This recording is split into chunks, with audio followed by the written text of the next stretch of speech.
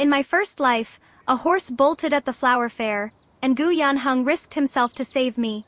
I repaid that rescue with 10 years of devotion. In this life, the same frightened horse came charging again. He threw himself toward the carriage without a thought for his own safety, while I stood beyond the crowd and smiled. Hello, I am Vera. In her first life, a bolting horse at the flower fair brought Gu Yanheng into her arms. And 10 years later, he left her to burn while he stood outside the door. When she opened her eyes again, it was the 3rd day of the 3rd month, and the same fair was about to begin. This time she did not leave the house. But fate, it seems, the horse still bolted. Gu Yanheng still played the hero, and she, standing far from the crowd, smiled, because this time she was not the one trapped in the carriage. Now, the story begins. A heartbeat before the roof beam came crashing down. I was still waiting for Gu Yanheng to open the door. Ridiculous. Really, the man outside had already said with his own mouth that he would not save me. Yet some last foolish scrap of hope still clung on. 10 years as husband and wife. Even if one had kept a potted flower for that long, surely there would be some reluctance to watch it wither. But Gu Yanheng merely stood beyond the door, his voice drifting through the thickening smoke, gentle as though he were coaxing me to drink a bowl of medicine gone cold. Ling Yi, do not blame me. That line again, whenever he meant to take something from me. He always began by asking me not to blame him. The first time, he said his official career was difficult, and borrowed the silver my mother had set aside for me. The second time, he said a rising scholar needed dignity among his peers, and accepted every road the Shen family paved for him. Then came the flower nursery, the shops, my father's reputation, and my patience in cleaning up one disaster after another. At last, it was my life's turn.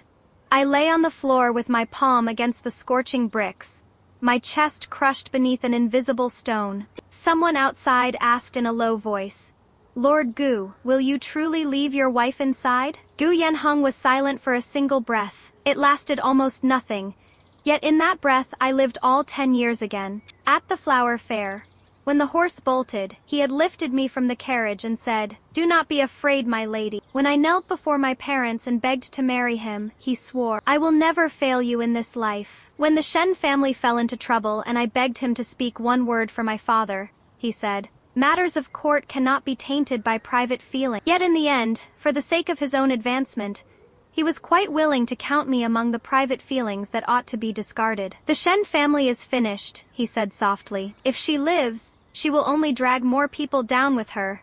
I laughed. So for 10 years, I Shen Lingyi had never truly been his wife, his benefactor, or the woman who stood beside him as he climbed from poverty into rank. I had been a ladder. Once he reached the top, of course the ladder could be thrown away. As my mind sank into darkness, I found myself remembering the flower fair 10 years earlier. If there truly was another life, I wanted nothing else. I only prayed that on the 3rd day of the 3rd month, I would never meet Gu Yanheng again. Better yet, I would not even brush the edge of his sleeve. My lady, wake up! If you sleep any longer, the flower fair will begin without you." A bright voice rang beside my ear. I jerked awake. Before I even looked around, my hands flew to my face, my throat, my arms. No burning pain, no soot, no freezing courtyard. Above me hung familiar mauve bed curtains. Spring sunlight slanted through the window. Half a bowl of almond cream sat on the table, and the crabapple branches in a celadon vase had only just begun to bud. Qingdai stood by the bed holding my crimson, gold-woven spring jacket. She was alive. I stared at her as my thoughts roared blank. The last time I had seen Qingdai in my previous life, she had gone out to deliver a letter for me. Gu Yanheng later told me she had stolen silver and fled. I believed him for half a month, until an old servant drank too much and let the truth slip. Qingdai had never run away, she had simply never been allowed to return. "Qingdai." My own voice sounded raw and strange. She hurried closer. "I am here, my lady. Did you have a nightmare?" I reached out and pinched her cheek. She yelped, covered her face, and stared at me. "My lady!" My nose stung. I nearly burst into tears on the spot. "Please do not frighten me. Shall I fetch madam?" "Madam," my heart seized. "Mother," I practically leapt out of bed and ran for the door before I had even put my shoes on properly. Qingdai chased me with an armful of clothes. My lady, your outer robe, your hair, your shoes.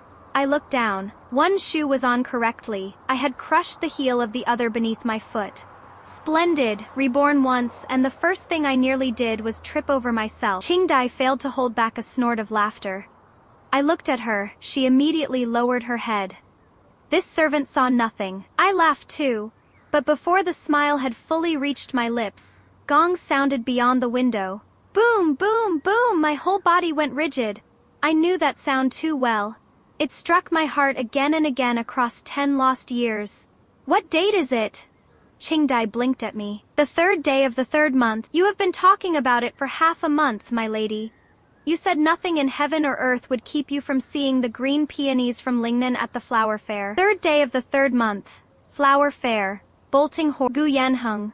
I truly had come back. Qingdai knew none of it. Cheerfully, she held the red jacket against me. Madam said this color suits you best. The carriage is ready, and Lady Ruheng is waiting in the front hall. I stared at that blazing red and saw another blaze entirely. My stomach turned. I pushed the garment away. I am not wearing it. Then I will fetch the moon. I am not going. Qingdai froze. What? The flower fair. I raised my head and said each word clearly. I am not going. Her mouth fell open. But yesterday you said you would go even if hailstones fell from the sky. I considered that, then answered with perfect seriousness. Yesterday my eyesight was poor. Qingdai, it recovered this morning. In my previous life, poor eyesight hardly covered it. I had been blind with remarkable thoroughness. Someone dug a pit for me. Someone secretly gathered my tastes and habits, and I called it a meeting of souls.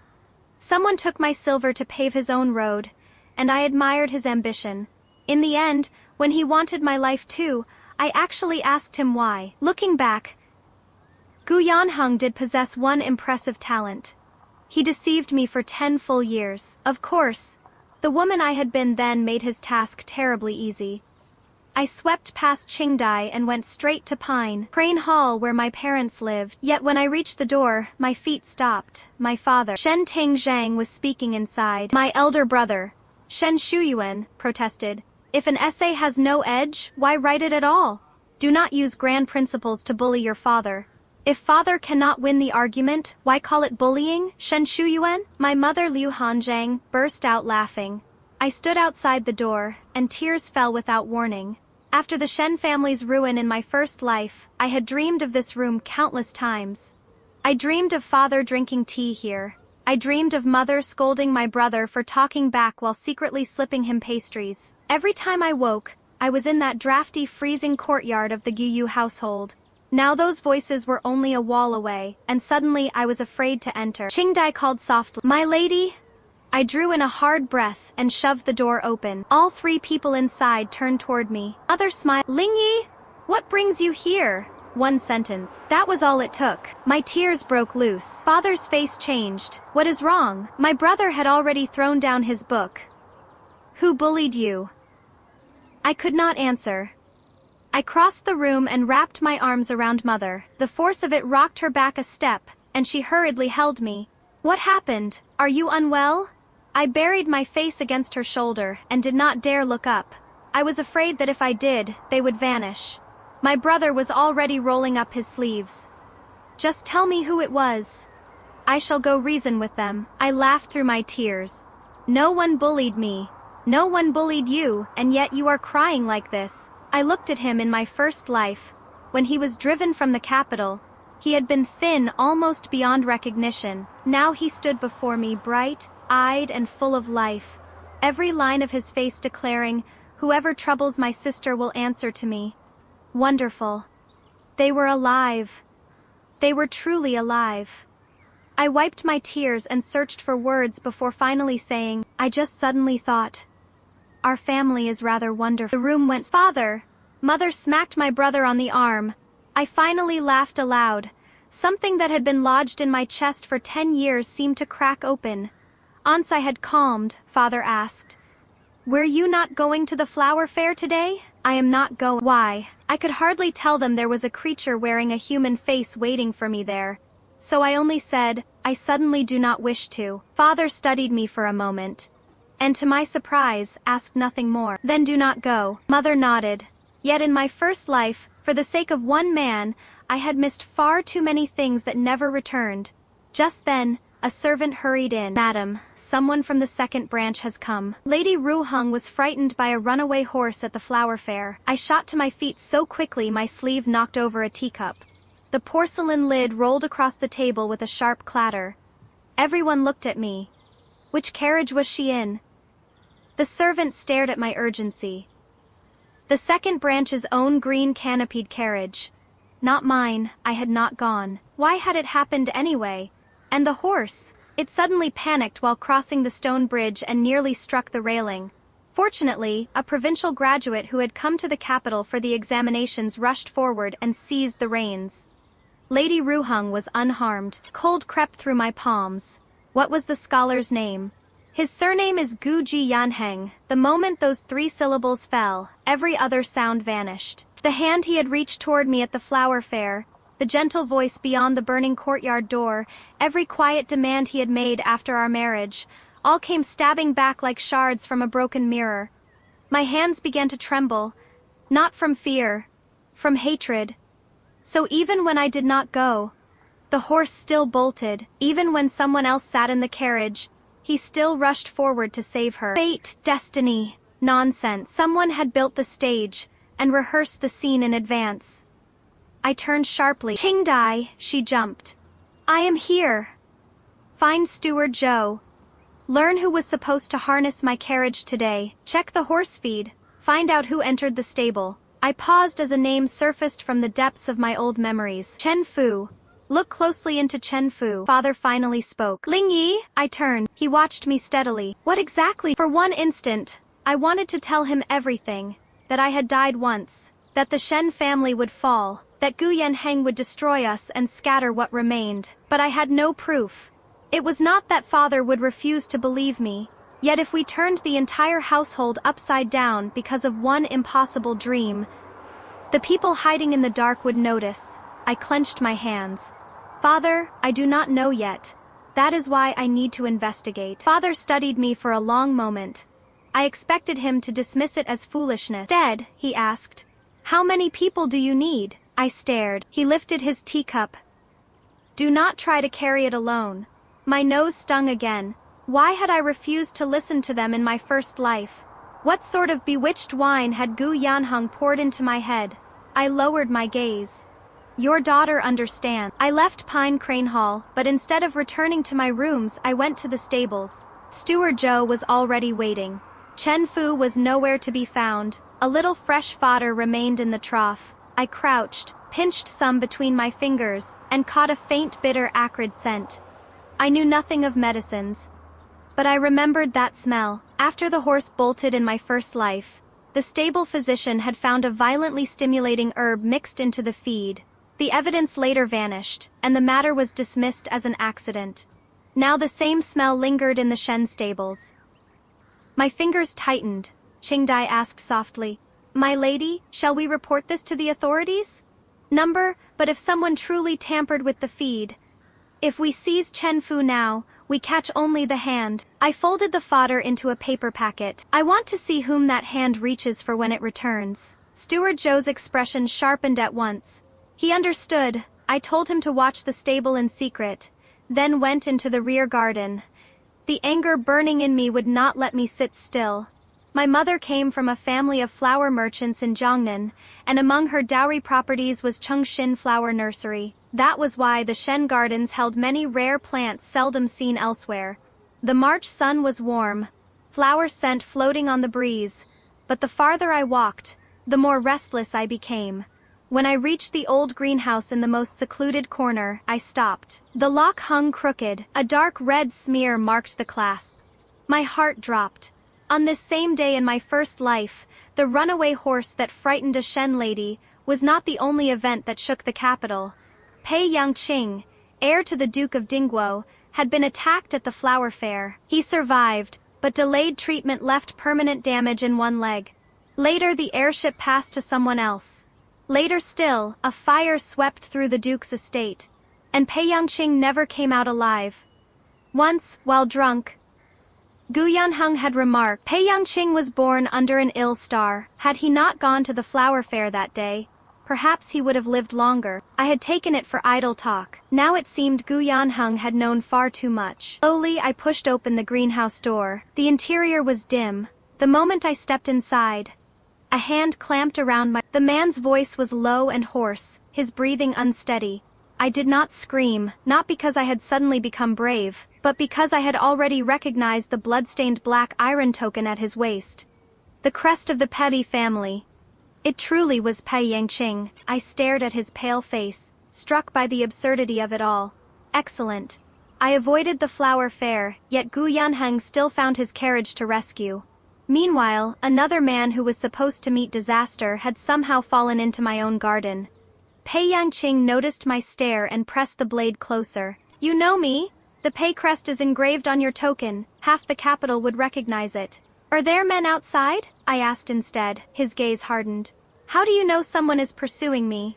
Because your blood makes a trail from the rear wall all the way here. If you were merely wounded, why hide in another family's inner garden? Pei Yangqing watched me as if weighing which side I belonged to. I glanced at his injury. The blood was the wrong shade, and the skin around the wound had turned an unnatural red. In my first life, Gu Yanheng had once suffered a so-called attack with a similar wound.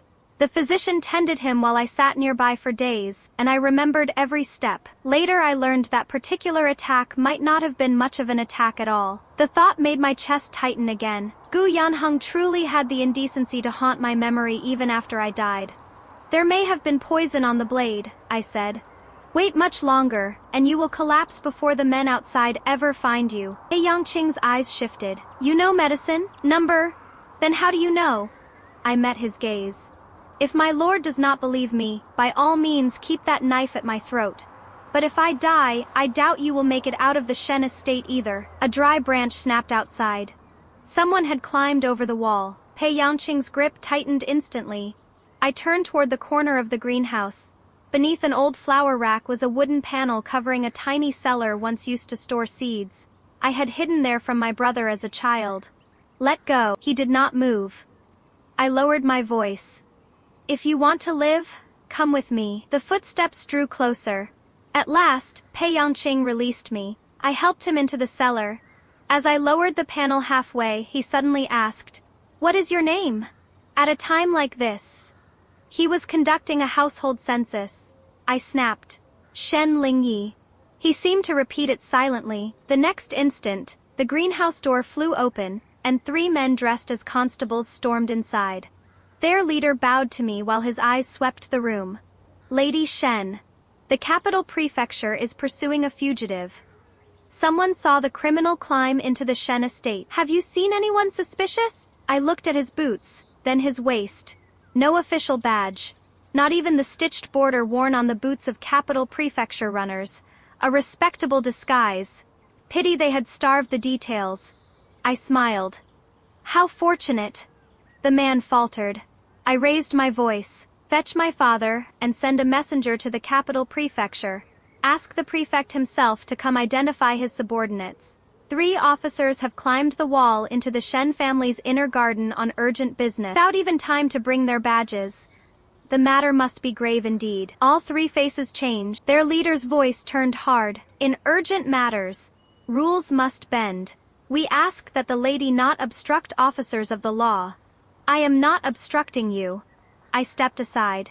"I am merely inviting your superior to collect you." Footsteps from our household guard sounded outside almost at once. The 3 men exchanged a glance, smashed through a side window, and fled over the wall. Steward Joe started after them, but I stopped him. "Do not chase. Pursuit would make it easy to fall into an ambush. More importantly, those men needed to return alive if I wanted word to reach whoever had sent them." When the garden quieted again, I opened the cellar.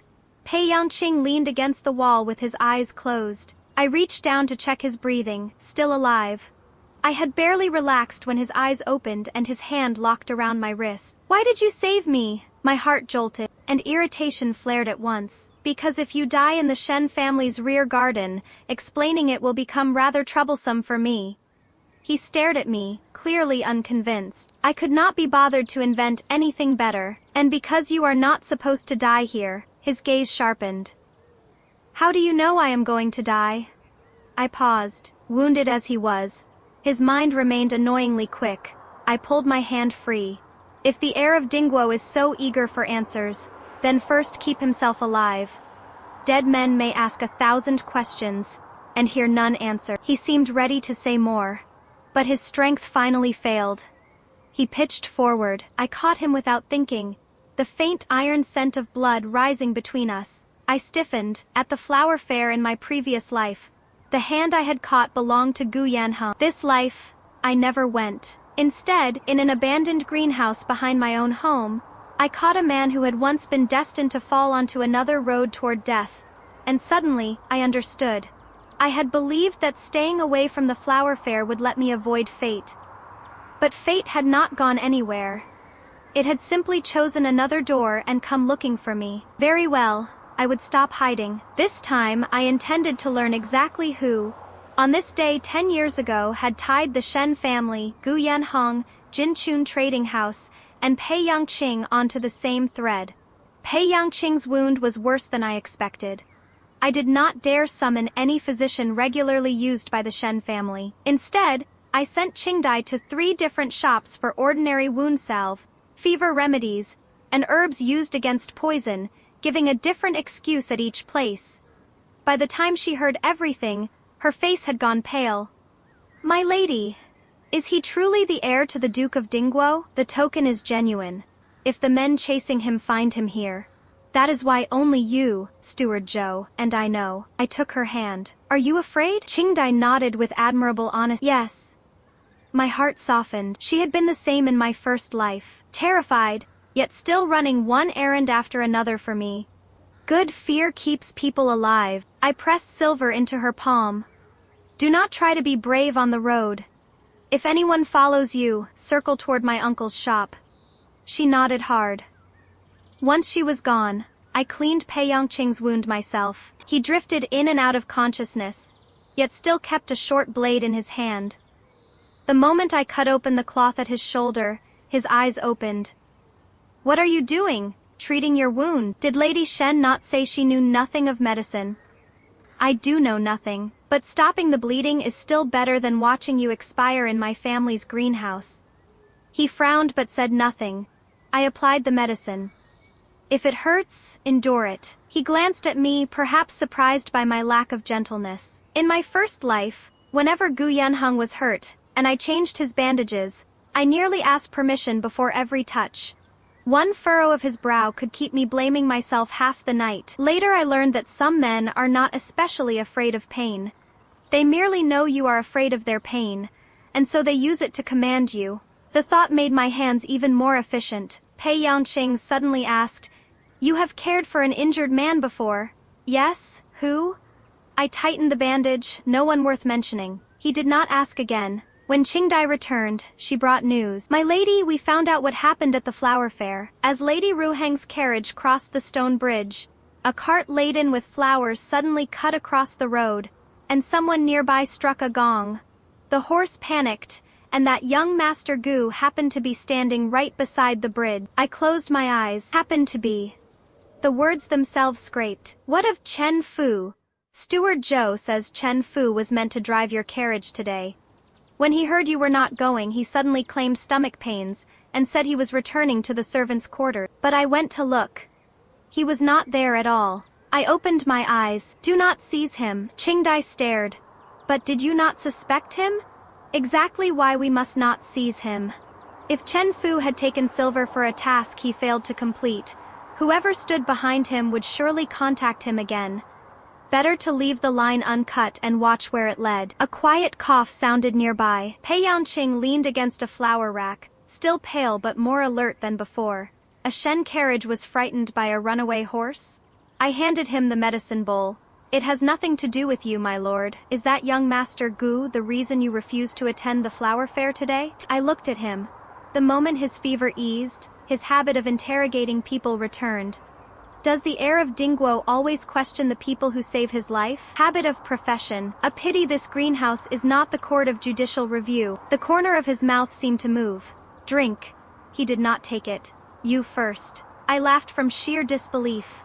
I hide you, save you, buy medicine for you, and now I must taste it for poison as well. My lord, your life requires a shocking amount of service. Lady Shen knows too much. Caution is reasonable. Then die here by yourself. I set the bowl beside him and turned away. Silence followed. At last came the faint tap of porcelain against the wooden rack. I looked back. He was drinking it himself, though his arm was so weak the rim trembled constantly. I watched for 2 breaths, then went back and steadied the bottom of the bowl. Pei Yangqing looked at me. Do not misunderstand, I said. I only refused to watch you spill medicine I paid good silver for. He gave a quiet I had the distinct feeling he did not believe me. That night, I had Steward Zhou prepare a cart piled with dead branches and send Pei Yangqing out beyond the western wall of the rear garden. Before leaving, he placed a small black iron token on the flower rack. If you are in danger, take this to the court of judicial review. I did not save you for repayment. I know. Then what is this? He drew his cloak around himself and looked back. Proof that the man you saved today is still alive. I paused. And that he will return. Then he climbed the wall and vanished into the night. I stood there for a long while before looking down at the token. Gu Yanheng had given me many things in my first life. Jewelry, paintings, flowers bought now and then. Not one of them ever truly let me enter his world. Pei Yangqing, by contrast, had left me a token that could open the doors of the court of judicial review, after knowing me for less than a day. Absurd, dangerous too. I locked it in a box and told myself I was merely keeping it safe for him. Yet I still slept badly that night. At first light, Steward Zhou brought word. Chen Fu had returned. He claimed he had gone out for medicine, but the man tailing him had personally watched him leave through the rear door of Jinchen Trading House in the southern quarter. Jinchen Trading House. I stared at the name on the paper as my fingers slowly tightened. After mother died in my first life, Gu Yanheng took control of Chungshin Flower Nursery. The first thing he did was sign a long-term supply agreement with Jinchen Trading House. Later, the nursery was sold for a pittance, and Jinchen was the buyer. Now the runaway horse scheme led to Gu Yanheng, and Chen Fu's trail led to Jinchun. A strange certainty settled over me. In my first life, I had seen only a romantic encounter at a flower fair. From one step farther back, I could finally see the threads hidden beneath all those blossoms. 3 days later, Pei Yangqing visited our estate under the pretext of buying 2 pots of white-hearted orchids for the Dowager Duchess of Dingguo. Mother stared at his visiting card in confusion. If the household wants flowers, a steward can buy them. Why would the heir come in person? I drank my tea in silence. Because, naturally, he had not come to buy flowers. Pei Yangqing recovered quickly, dressed in moon. White brocade, shoulders straight. He looked merely a little paler than other men. Nothing like someone who had nearly collapsed in my cellar 3 days earlier. Mother received him in the flower hall. He observed every courtesy, and even chose 2 orchids before asking, with perfect casualness. I have heard the Shen family keeps an old silver-edged white heart orchid in the rear garden. Might I see it? I looked up. There it was. Mother smiled.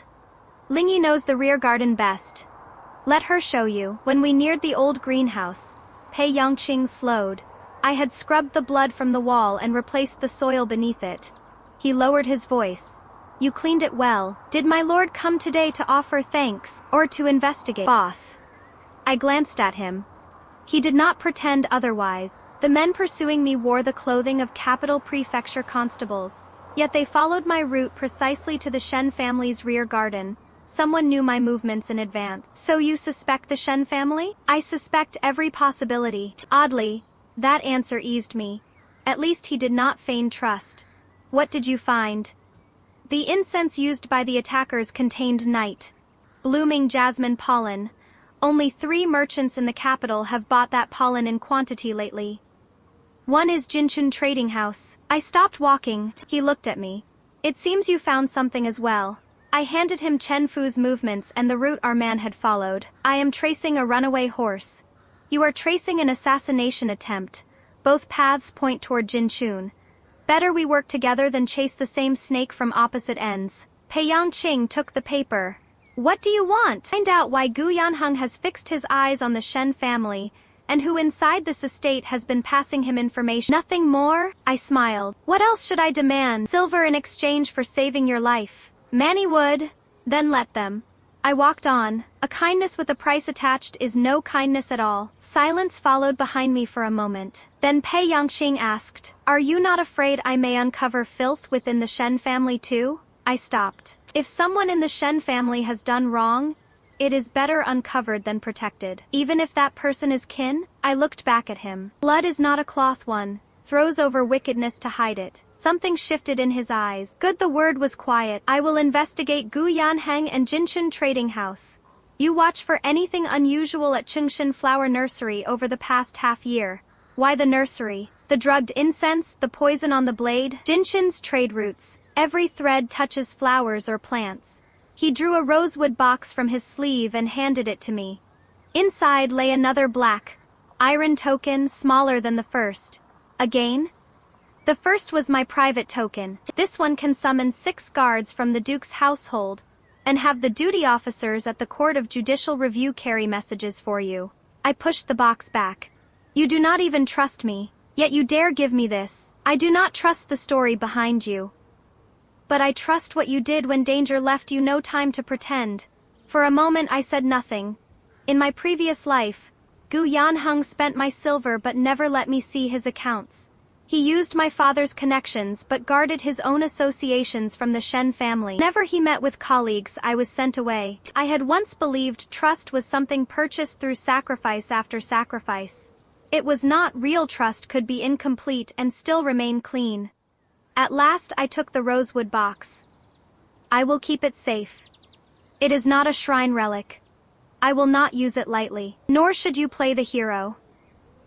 I looked up at him. His voice was still cold, yet somehow I heard a trace of concern that had no business being there.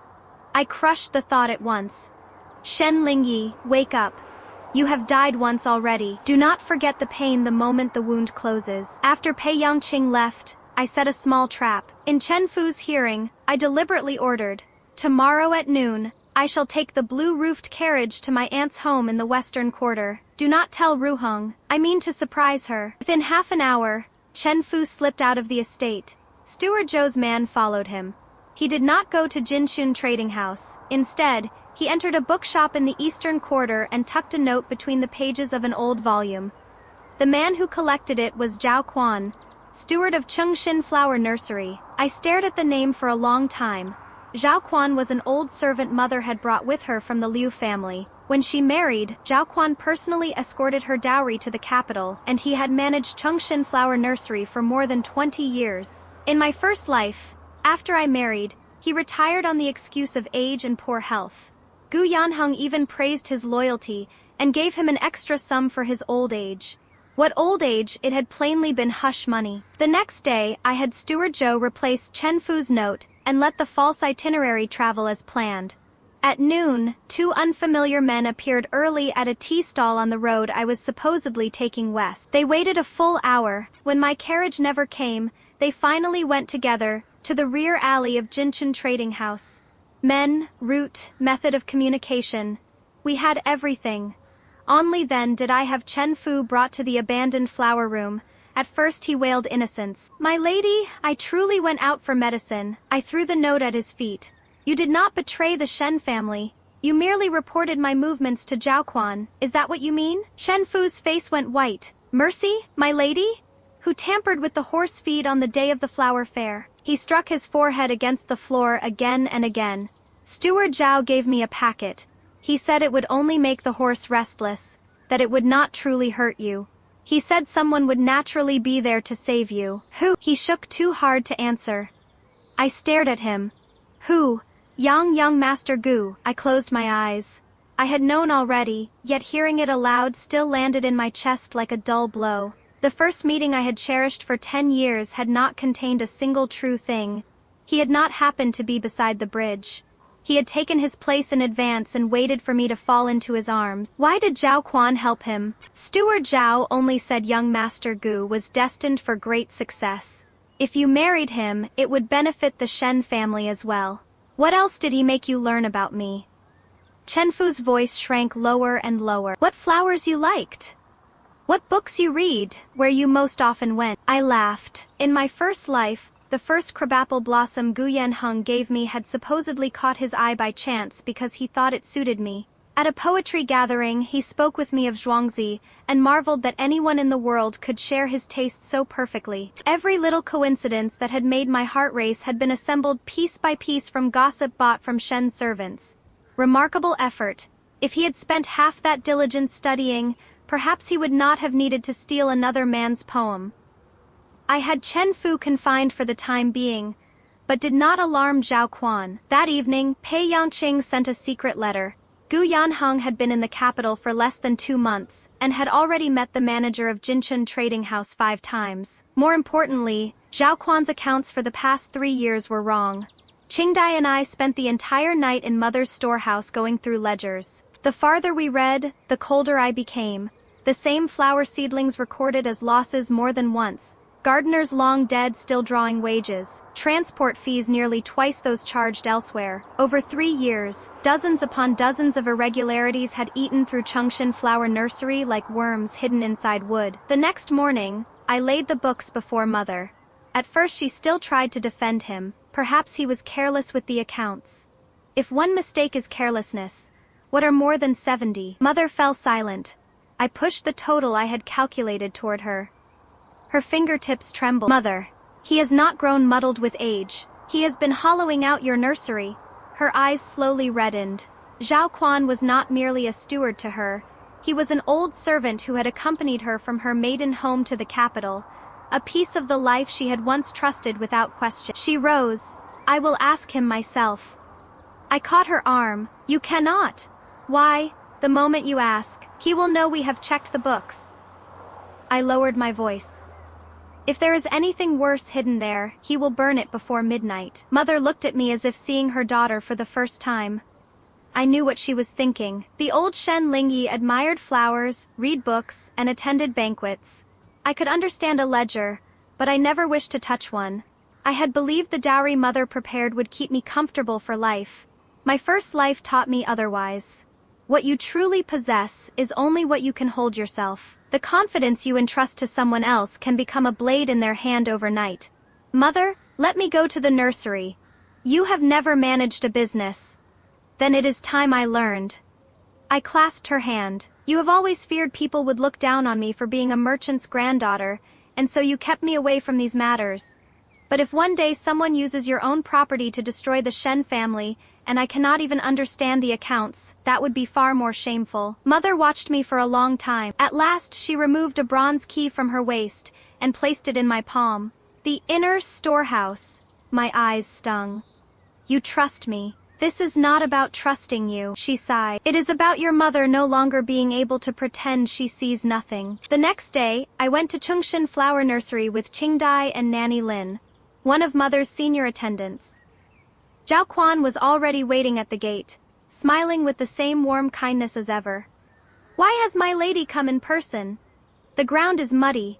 You may soil your shoes. Mother is holding a flower banquet next month. I came to choose the plants. Leaf passed plainly across his face. I walked through the grounds. Nearly a third of the gardeners listed in the accounts were absent in reality. Several greenhouses stood empty. Yet Zhao Quan had still claimed full wages for their work. I entered the accounting room and ordered our guards to seal the doors. At last his expression changed. My lady, what is the meaning of this? I am here to examine the accounts. You are young and know little of trade. Sealing the stores without warning may disrupt the entire nursery. I took the central. Uncle Zhao has served Mother many years.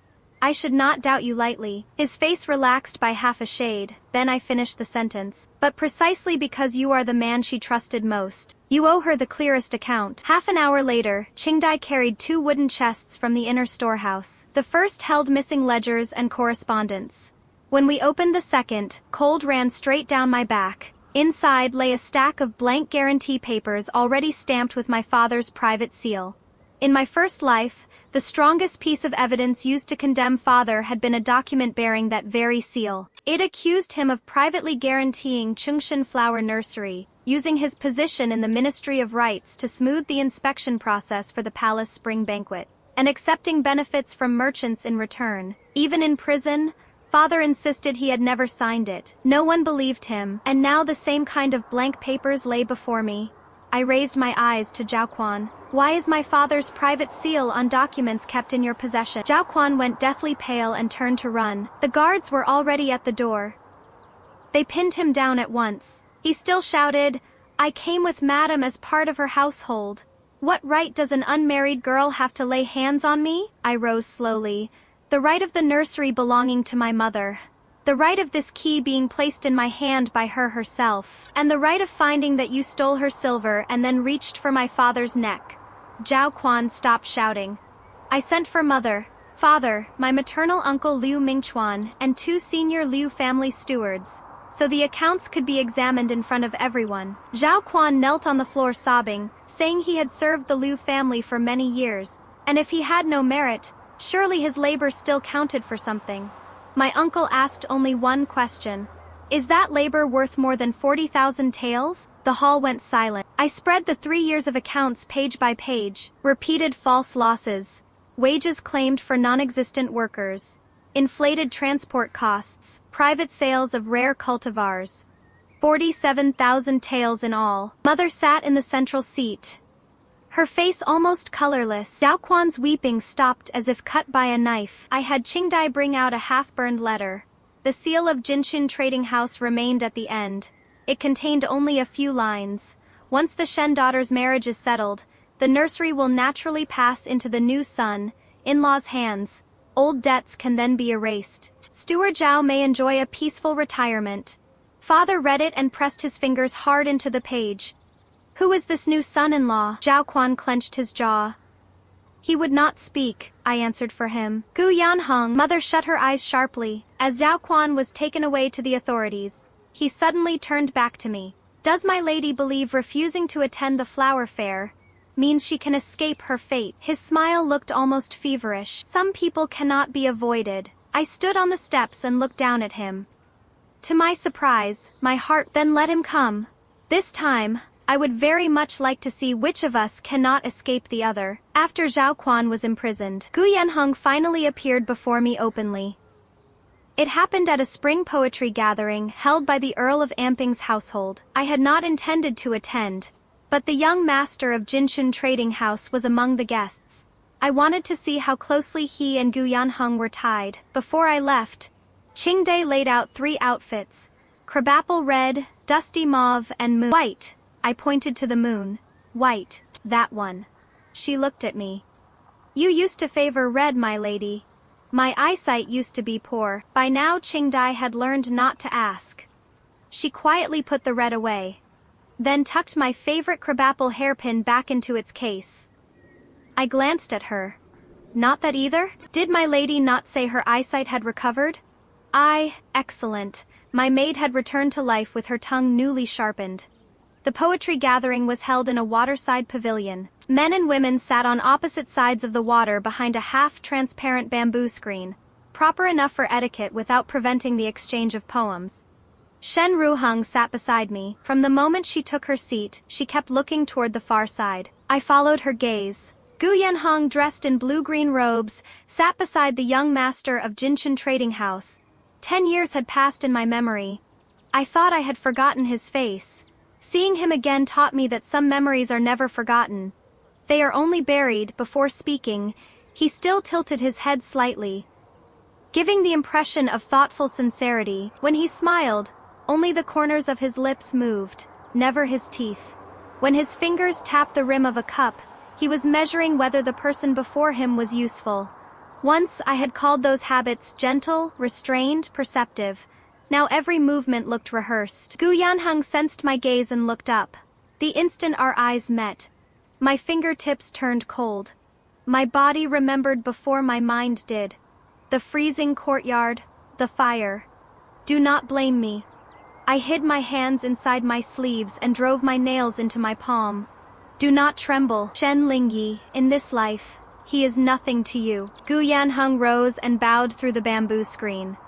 This humble scholar, Gu Yanheng, pays his respects to eldest Lady Shen. Ru Heng immediately whispered, "Elder sister, this is young Gu, the gentleman who saved me at the flower fair." I inclined my head.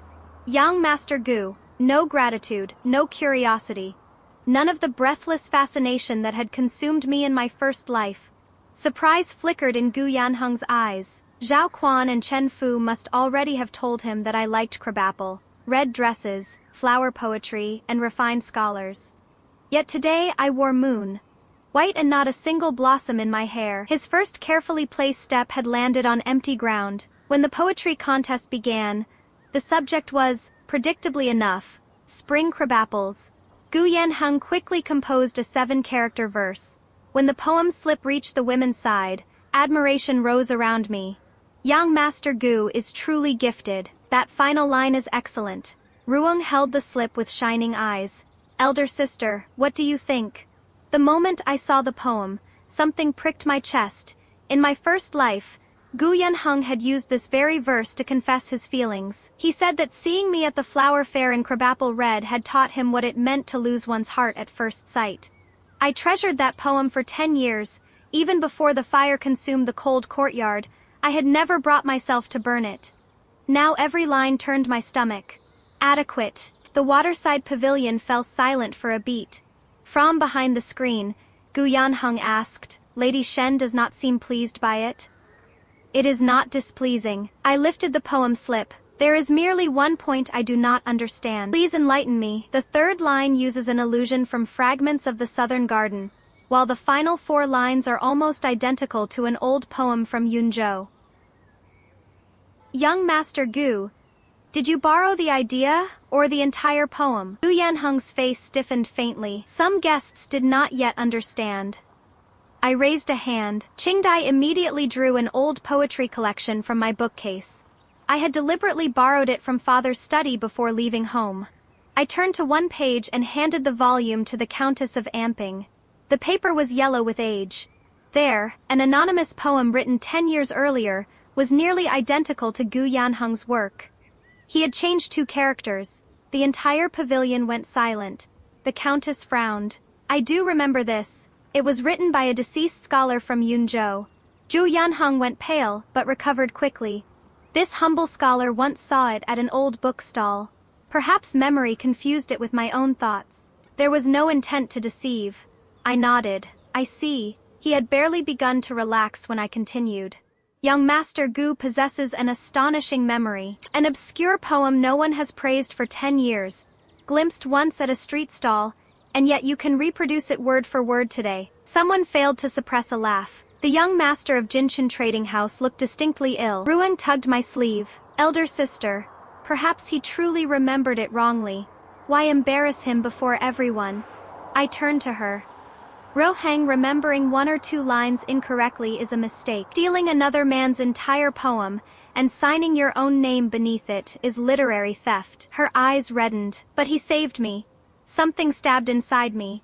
Not because she argued with me, because in my first life, when my parents tried to warn me, I had sounded exactly the same.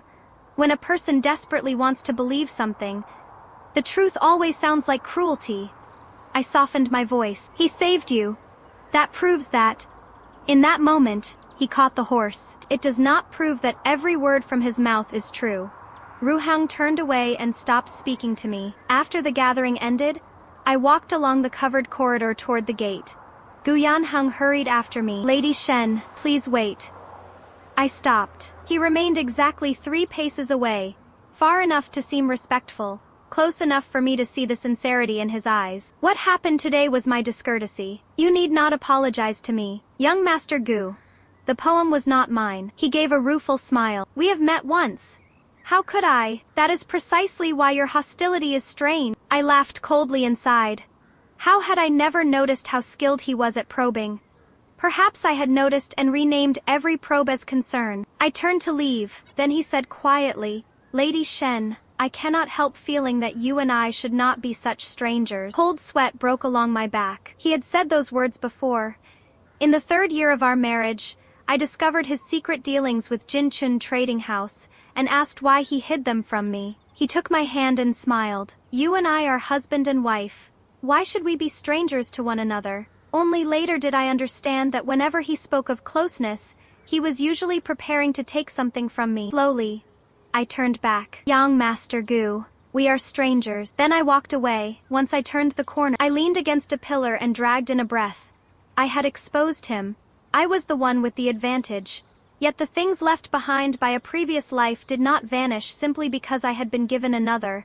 I was no immortal. How could I see the man who had caused my death and feel nothing? A cup of warm tea appeared before me. I looked up. Pei Yangqing stood beneath the corridor. When did you arrive? Before you exposed the poem. You heard everything. I accepted the cup. Warmth seeped slowly into my palms. He did not ask how I recognized Gu Yanheng's poem. He did not ask why one sentence had shaken me so badly. He only said, if you do not wish to see him, I can make certain he never enters the Shen Gate again. I nearly laughed. Is my lord proposing to use public office for a private grudge? The Duke of Dingguo's estate also has gatekeepers. The Court of Judicial Review need not be troubled. I looked up. He was entirely serious, which only made it harder not to laugh. I cannot avoid him. Pei Yangqing frowned. Why, only if he believes he still has a chance will he continue to reveal himself. There are many ways to investigate. You need not make yourself the bait. Did my lord not deliberately appear alone at the flower fair while investigating the men after him? He fell silent. I lifted a brow. So when you do it, it is investigation. When I do it, it is foolishness. That time, I was wrong. I froze. Gu Yanheng never admitted fault. You could lay evidence before him and he would turn it into necessity, misunderstanding, or sacrifice for the greater good. Pei Yangqing used 4 plain words. I was wrong, he continued. Which is why I know using oneself as bait is not clever. Sometimes it works. Something being useful does not make it something you ought to do. I lowered my head and drank my tea. Somehow the turmoil inside me slowly settled. Pei Yangqing told me that in the past half-month, Gu Yanheng had met the young master of Jinchun Trading House 3 times at a tavern in the western quarter. Jinchun was buying surrounding flower nurseries at depressed prices. Their target was very likely Chengxin. At last, everything became clear. After Gu Yanheng married me in my first life, the first thing he proposed was to ease mother's burden by taking over the nursery. I had been deeply moved. Looking back now, I saw the truth. From the beginning, he had never been coming for me. He wanted the Shen family's gate, mother's nursery, father's connections. I was merely the most convenient key, not long after I returned home. I heard that Gu Yanheng had visited the second branch to offer thanks. He refused their gifts, pointed out errors in my second uncle's essays, and charmed the entire household. It was what he did best. He made everyone feel specially valued. In my first life, when father opposed our marriage, Gu Yanheng never argued. He came every day to seek father's advice on his writing. 3 months later, father still did not like him, but had to admit he was humble and diligent. The same trick had begun again. Only the target had shifted from our branch to the second. In early April, Shen Ruheng came to see me.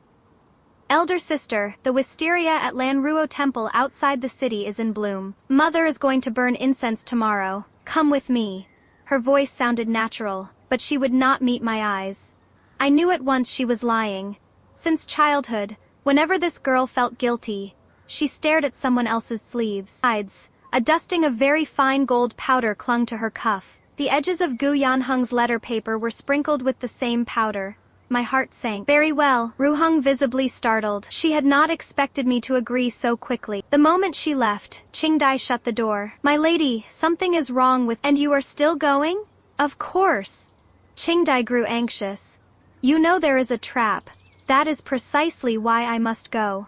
I took Pei Yangqing's black iron token from its box. Carry a message to the Court of Judicial Review. That evening, Pei Yangqing entered the Shen estate through a side gate. One look at me and his expression darkened. You intend to go, yes?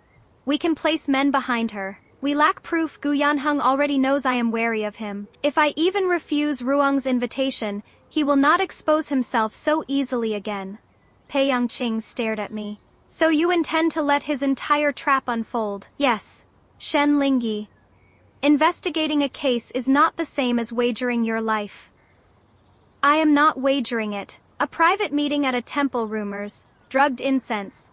If any one step goes wrong, you will have more trouble than you can measure. Anger rose in me too. Then what would my lord have me do? Lock myself inside the Shen estate, while you deliver every piece of evidence to my hand. That is not what I said.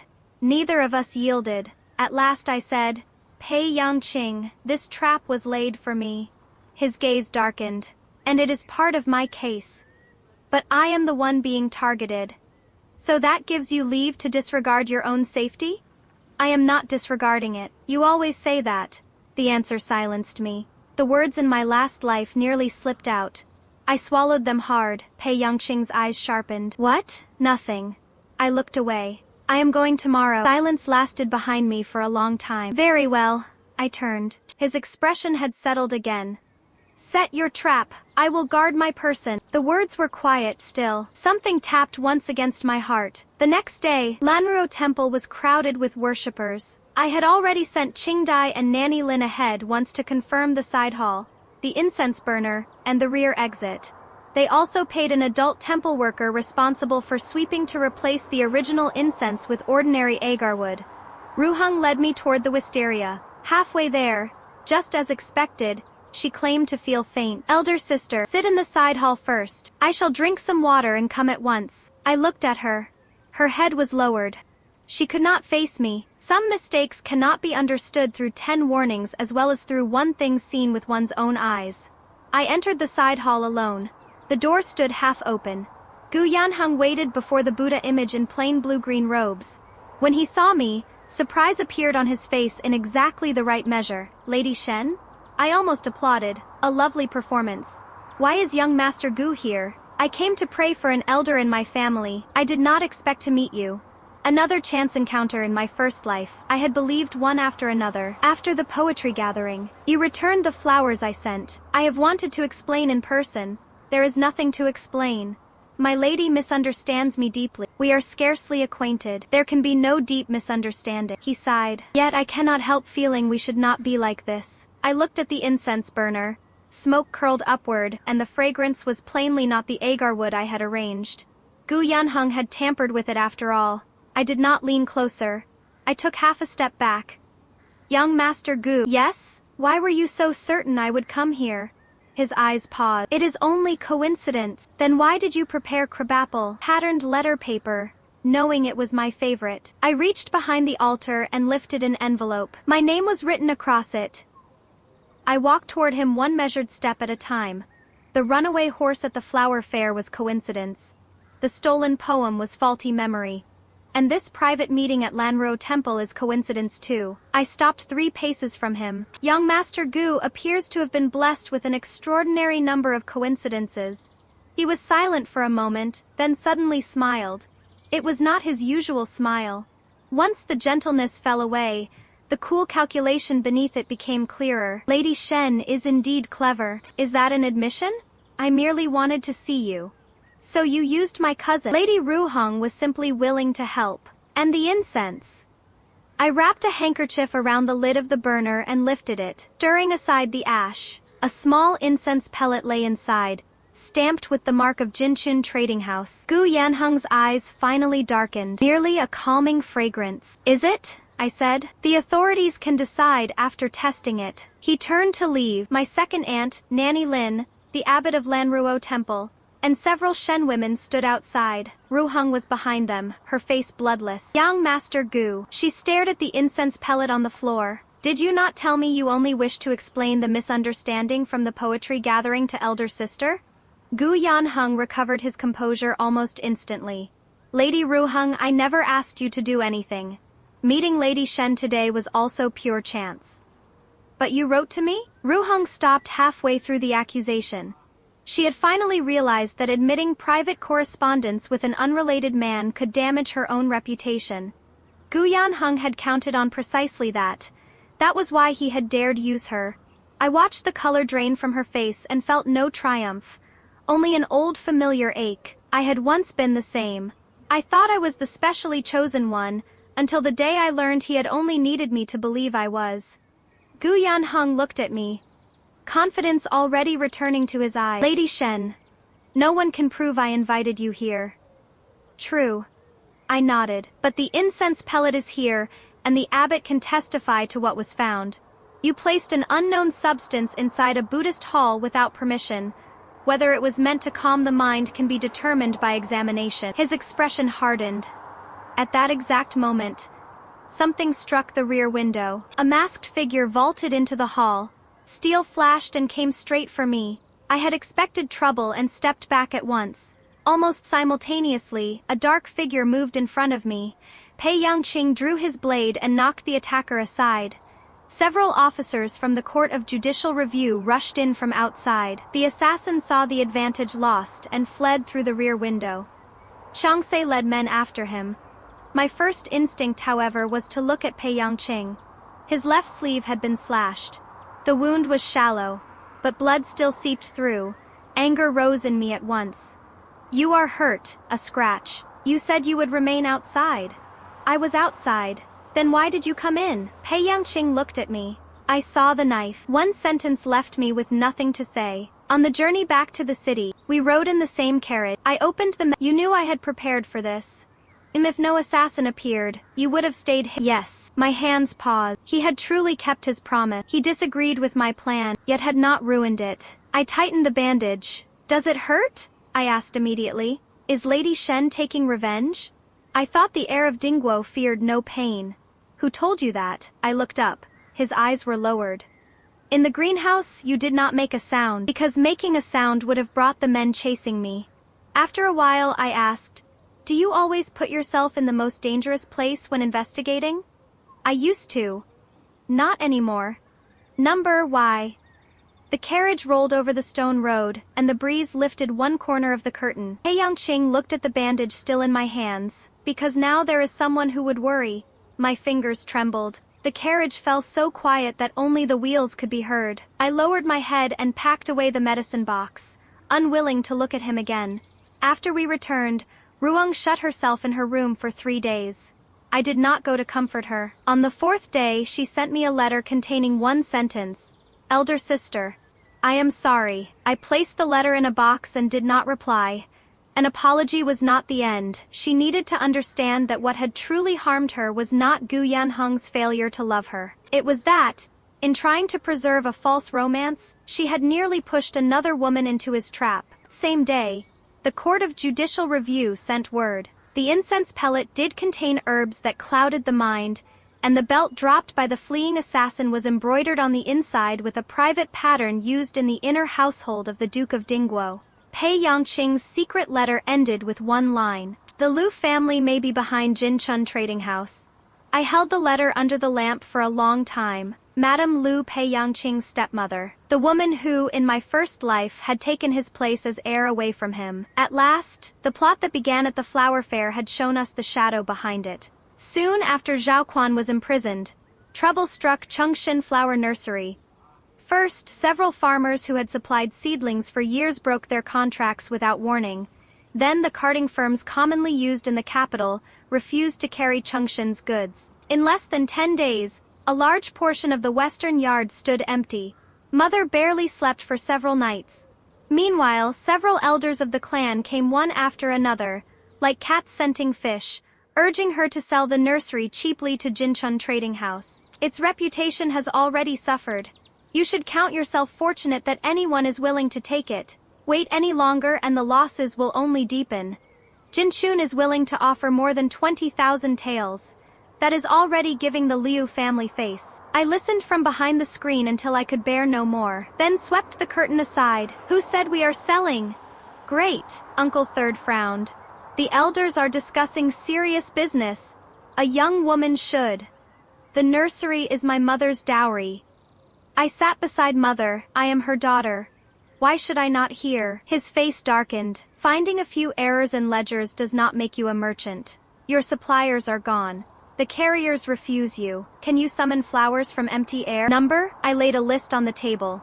But there are more than 40 small flower growers outside the city whose prices have been crushed by Jinchun for years. They are sitting on unsold seedlings. My uncle's men have already spoken with them. and they are willing to sign long-term supply contracts with Chongqing. And transport? The Liu family's own carts. My maternal uncle Liu Mingxuan entered just then. From today onward, the Liu family will carry Chongqing's goods. Great. Uncle Third looked even more displeased. The Liu family are Jiangnan merchants. To interfere in business in the capital. My uncle smiled. Chongqing came here as Liu family dowry. How can we interfere in what is ours? No one in the room had anything left to say after they left. Mother still looked worried. Seedlings only solve the immediate shortage. Chongqing has always relied on large orders from noble houses and government offices. Lose those, and the nursery still cannot survive. We stop selling only to noble houses. I spread out the accounts I had reorganized over the past several days. In the past, we spent years raising a rare specimen. If it flourished, it sold for dozens of taels. If it died, years vanished with it. From now on, the eastern yard will grow more seasonal plants and flowers. They need not be costly. They need to turn quickly. Mother looked at me. Ordinary households will buy them. A family unable to afford peonies can still afford a pot of jasmine or a bundle of seasonal branches. I brought out another thin booklet. And we established the 4 seasons flower letter. Any household that wishes may pay a season or half a year's flower money in advance. Chongqing sends flowers according to the festivals and seasons. We need not send rare varieties every month. We receive some silver ahead of time and make use of surplus flowers from every season. Mother turned several pages. You thought of all this? I was quiet for a moment. Not all of it. In my first life, when the Gu household was poorest, we counted nearly every copper coin. Later, as Gu Yanheng rose in office, I had to learn what incense noble ladies preferred, what ornaments they displayed, and which flowers were proper for which festival, simply to maintain his social ties. All the skills he had dismissed as woman's little tricks had returned to my own hands. Strange. Everything I learned in my first life had never truly been meant to complete him. I simply had not known it then. More or less, I said softly. One should not live through years for nothing. Mother watched me for a long time, then nodded. Some said Zhao Quan's theft proved the nursery was rotten to the roots. Others said a Shen daughter showing herself in business would make marriage difficult. Qingdai became so furious she meant to go outside and argue. I caught her. And what do you plan to do? Make them shut their mouths. You can stop one mouth. Can you stop an entire street? She puffed up. Then we simply let them talk? I handed her the first booklets for our standing flower orders. Let them talk. We shall sell. The first households to place orders were few. The Countess of Amping, the wife of the Minister of Rights, several old friends of my uncle's family, and one peculiar name. Qingdai reached the end of the list, and made a very strange face. The Duke of Dingguo's household. 12 installments. The Dowager Duchess ordered an entire year, not the Dowager Duchess. She struggled not to smile. Lord Pei. I said nothing for a long moment. Why does a man from the Court of Judicial Review need a full year of flowers? Qingdai answered with perfect solemnity. Perhaps his study is too bleak. Who said that? The messenger who delivered the order. The first pot we sent was jasmine. I specifically ordered the accounts office to charge full market price, not 1 copper less. That evening, Pei Yangqing sent the payment back. Every coin was there, a note came with it. The flowers are excellent. The study is indeed less bleak. I read it, and the corner of my mouth betrayed me. Qingdai leaned far too close. I folded the paper at once. What are you looking at? Nothing. Why are you smiling? This servant is not smiling either. Her grin was nearly touching her ears. I ignored her. Chongqing truly recovered at a flower. Viewing banquet 1 month later, we made no grand speech about a glorious return. We simply displayed our newly raised flowers, floral waters, and flower pattern stationery and let the guests judge for themselves. The workshop also hired a group of adult women. Some had been driven from their husbands' families after widowhood. Some were divorced women seeking their own livelihood. And some came from poor households, but knew the craft of flowers. People outside gossiped about that too. So I put every worker's wages, skill, and finished work plainly into the books. No display of misery, no begging for charity. They worked. We paid them. The Countess of Amping saw the products and ordered several hundred sets of floral stationery for festival gifts on the spot. The Minister of Rights' wife bought a large batch of jasmine water. 2 months later, Chungxin was finally turning again. The first time I held a ledger showing true profit, I stood alone in the nursery for a long while. After mother died in my first life, Gu Yanheng sold Chungxin to Jin Chun. I begged him to keep it.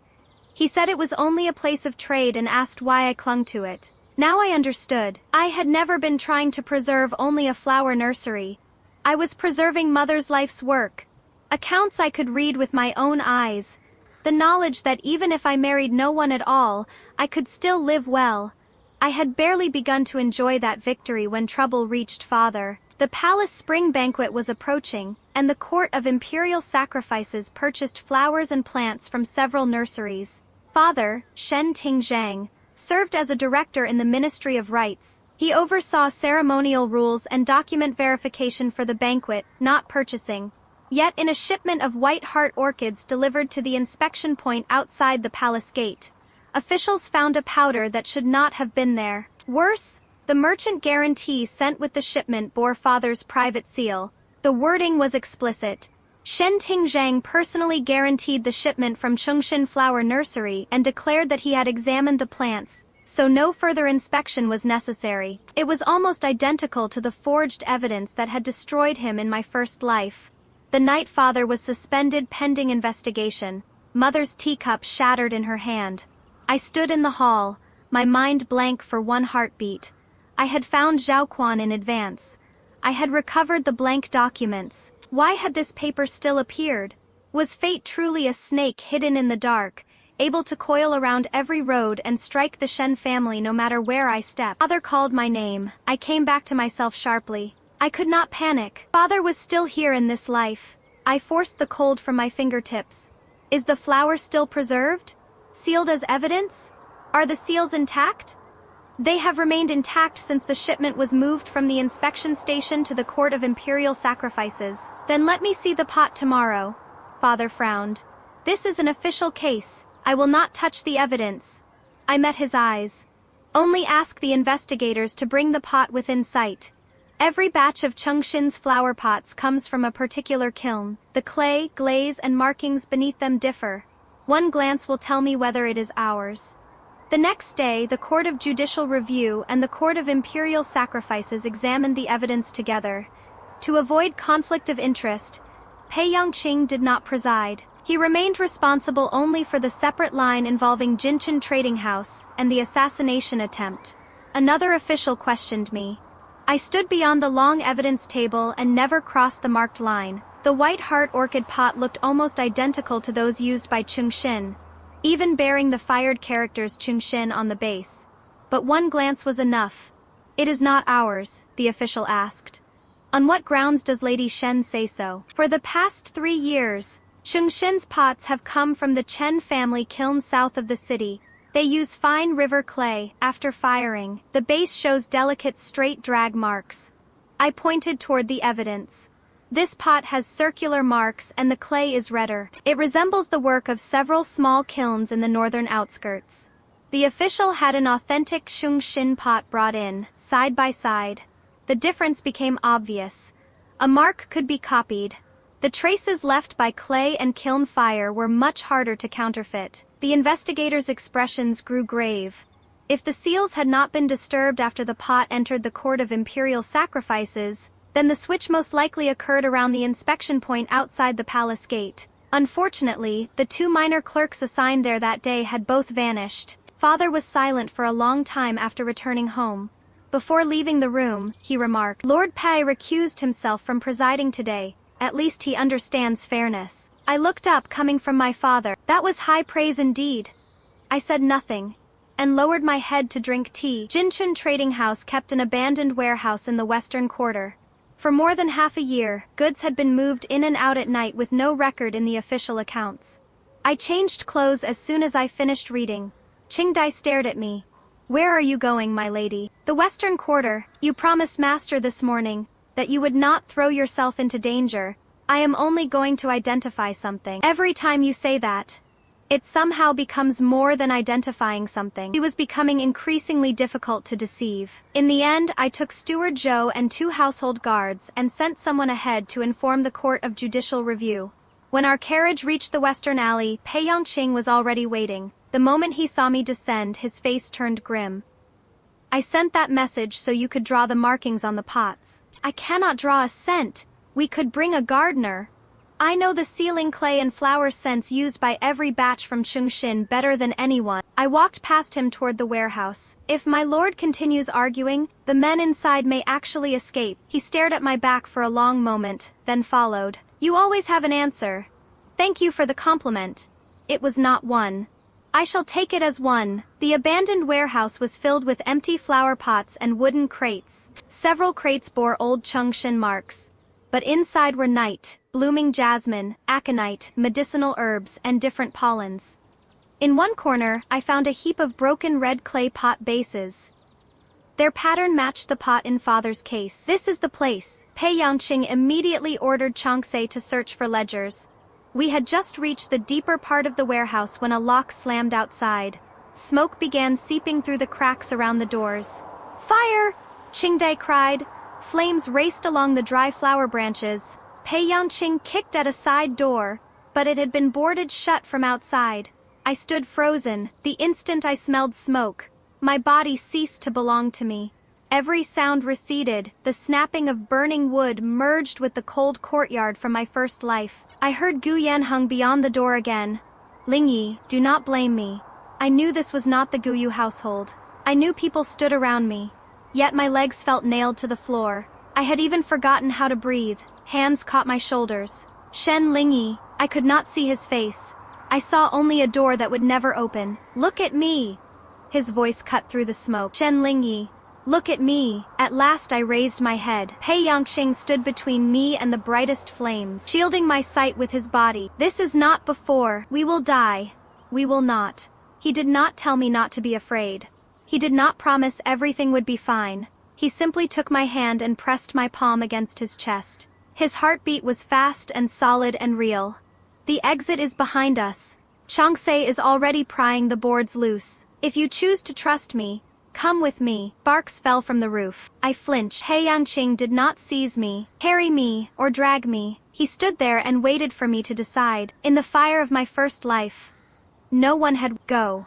We covered our mouths and noses with wet cloth and followed Chongqing through the opening he had forced in the rear boards.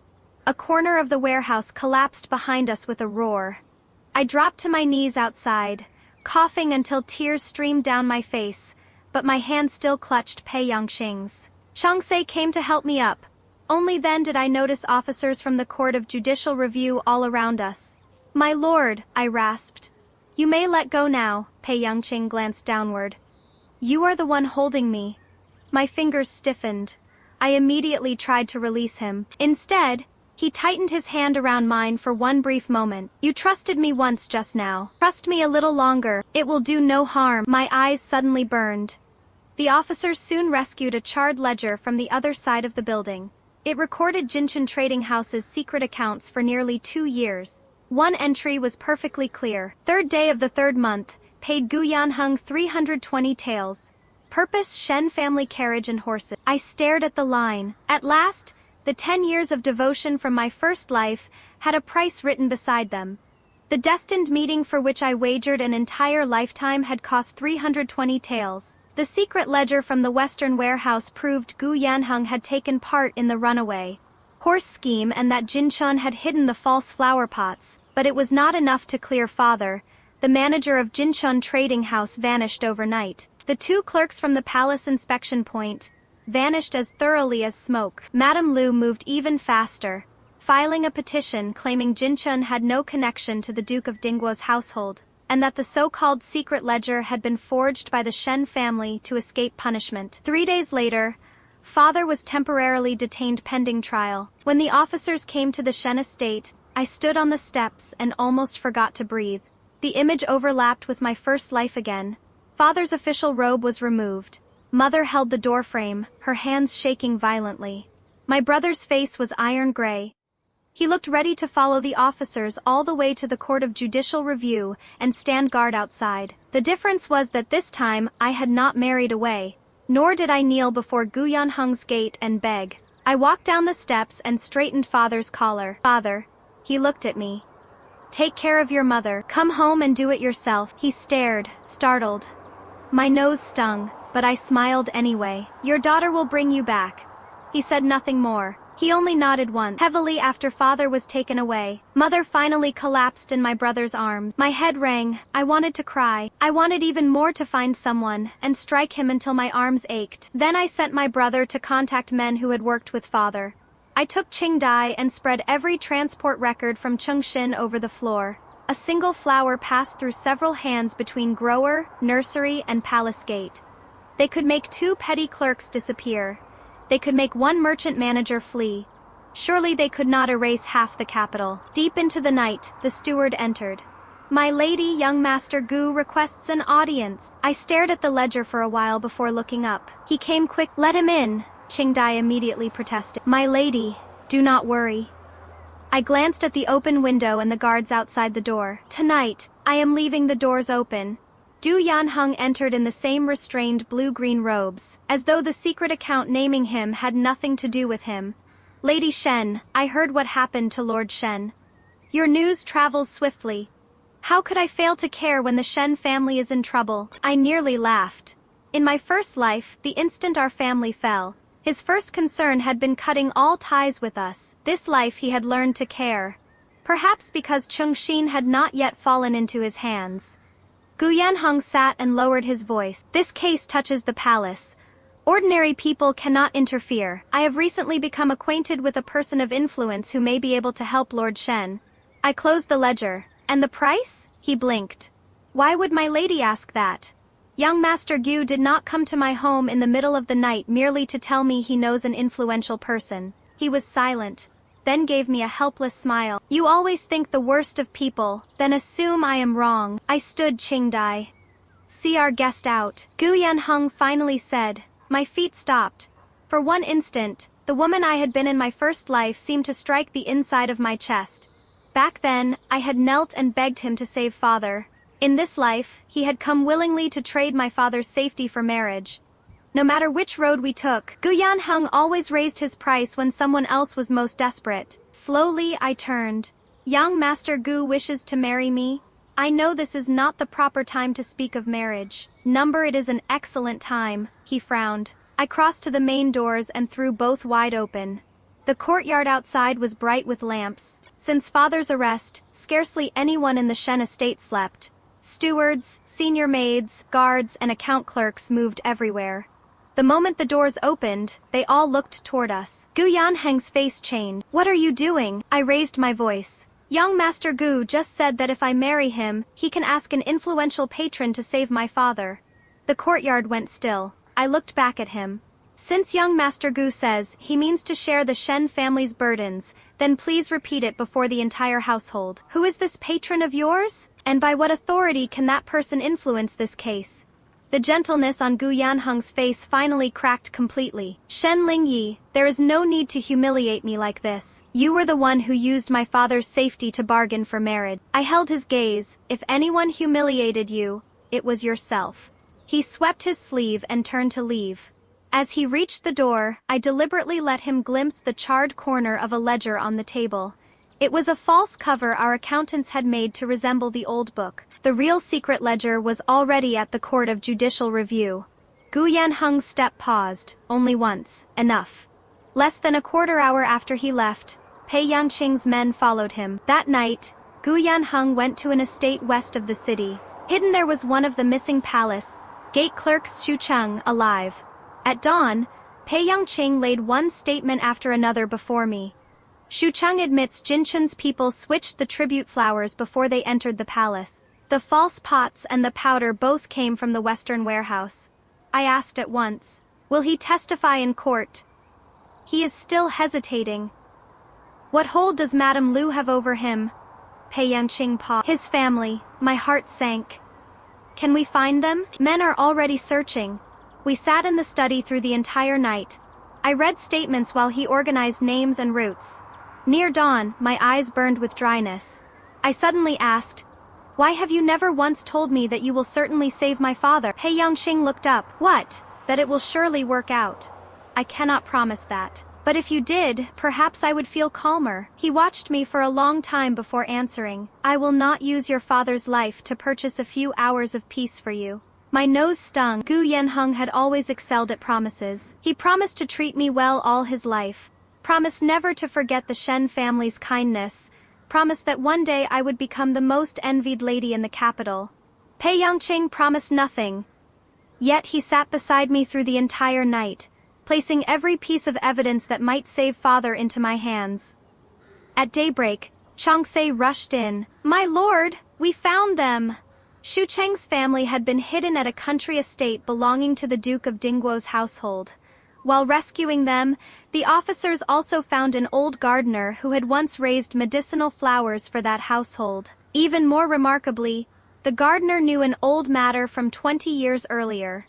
Shortly before Pei Yangqing's birth mother died, a medicinal orchid in her courtyard had been replaced.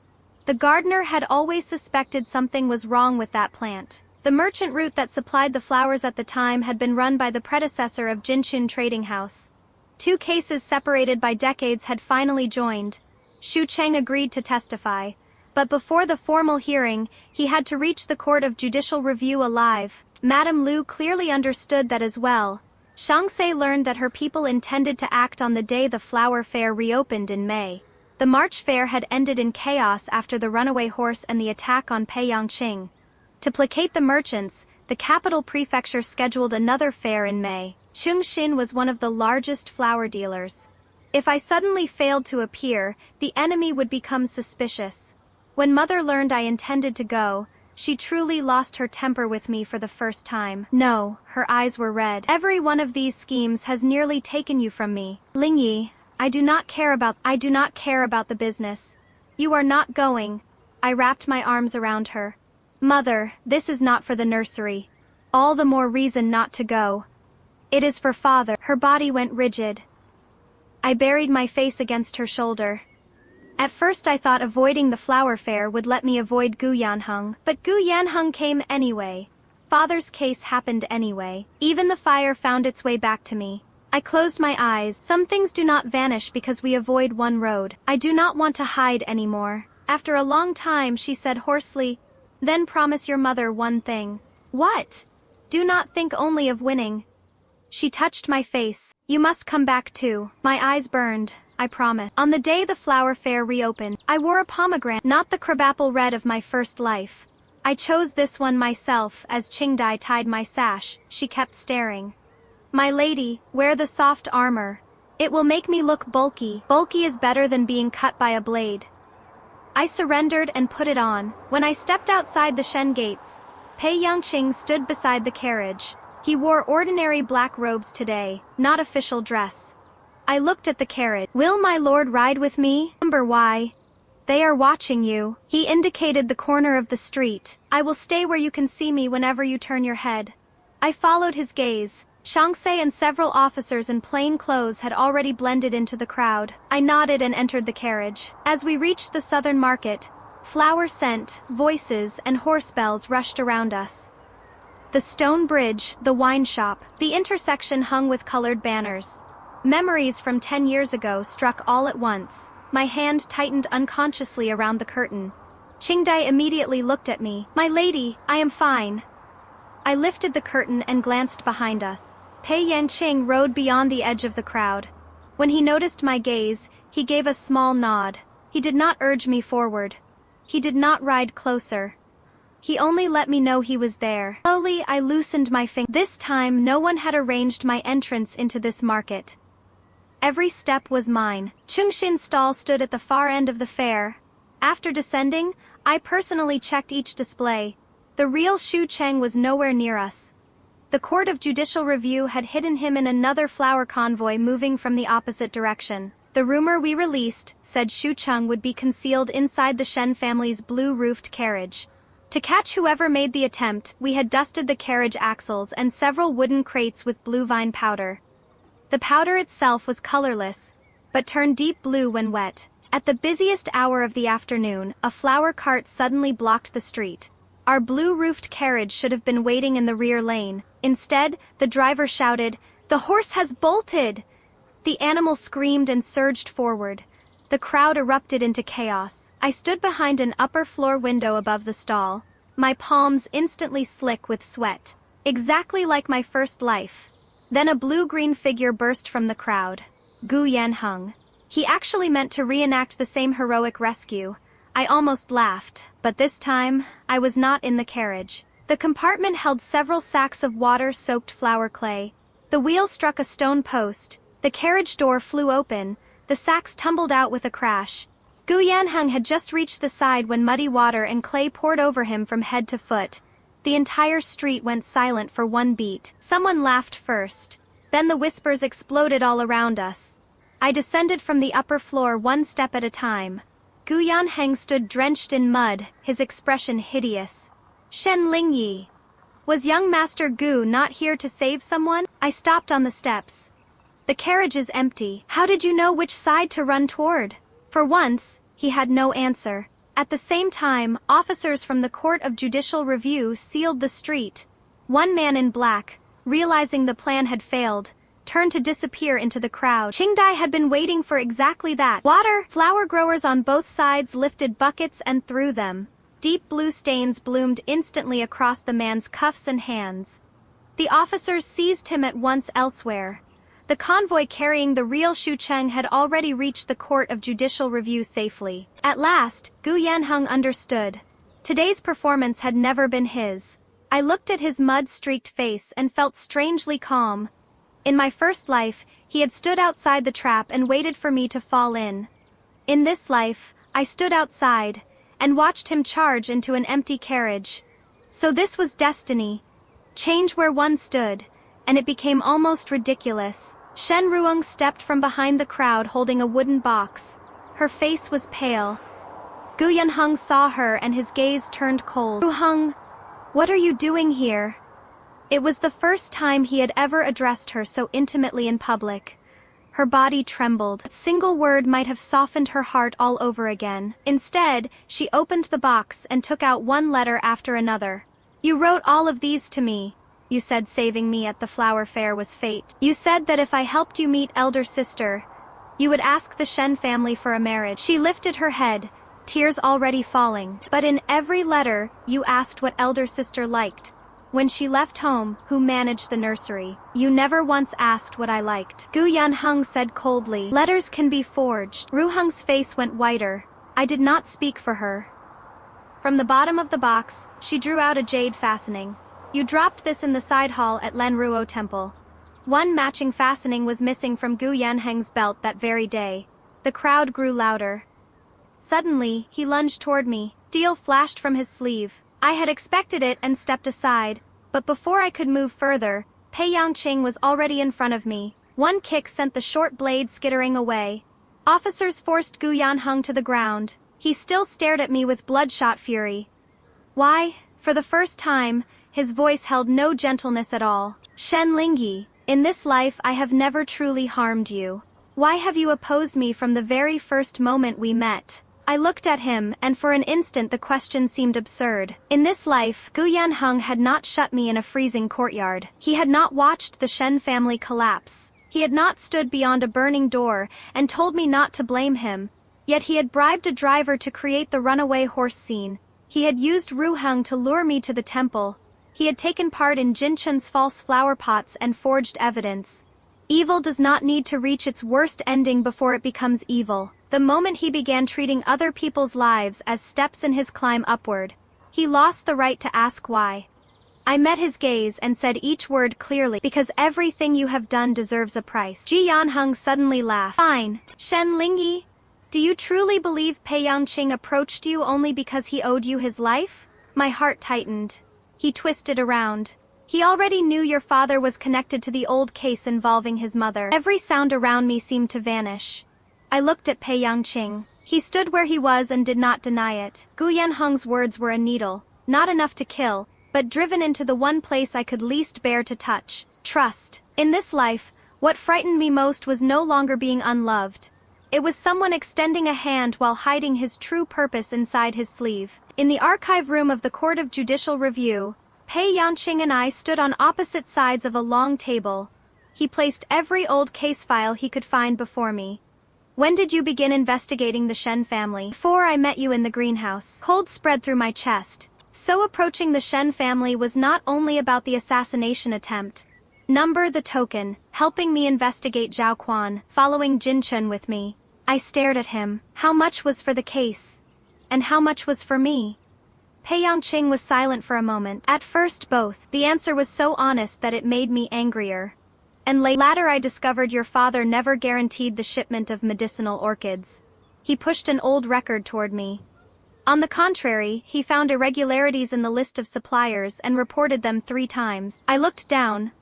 Father's name was indeed there. 20 years ago, when he had only recently entered the Ministry of Rights, his work involved sorting ceremonial records and merchant inspection documents. He noticed inconsistencies in flower lists submitted by the predecessor of Jinchun Trading House and reported them to his superior 3 times. All 3 reports had been suppressed. When did you learn this? A month ago. Why did you not tell me? Because the evidence was not complete. Did you fear I would defend my father, or that I would interfere with your investigation? Pei Yanqing looked at me. Both. Pei Yanqing, you are painfully honest. I know concealing it was wrong. You knew, and still did it. Yes. Not one sentence about doing it for my own good. Not one claim that he feared I could not bear the truth. He would not even build himself a graceful excuse. I should have been angrier, yet his refusal to wrap the truth in silk left me with nothing pretty to tear apart.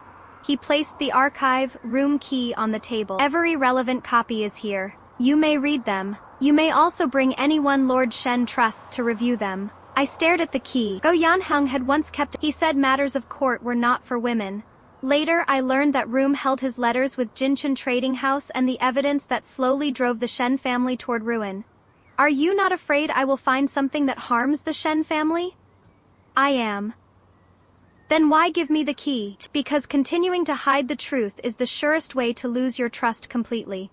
My throat tightened. After a long silence, I asked, what if the evidence ultimately proves my father guilty? Then the law must judge him?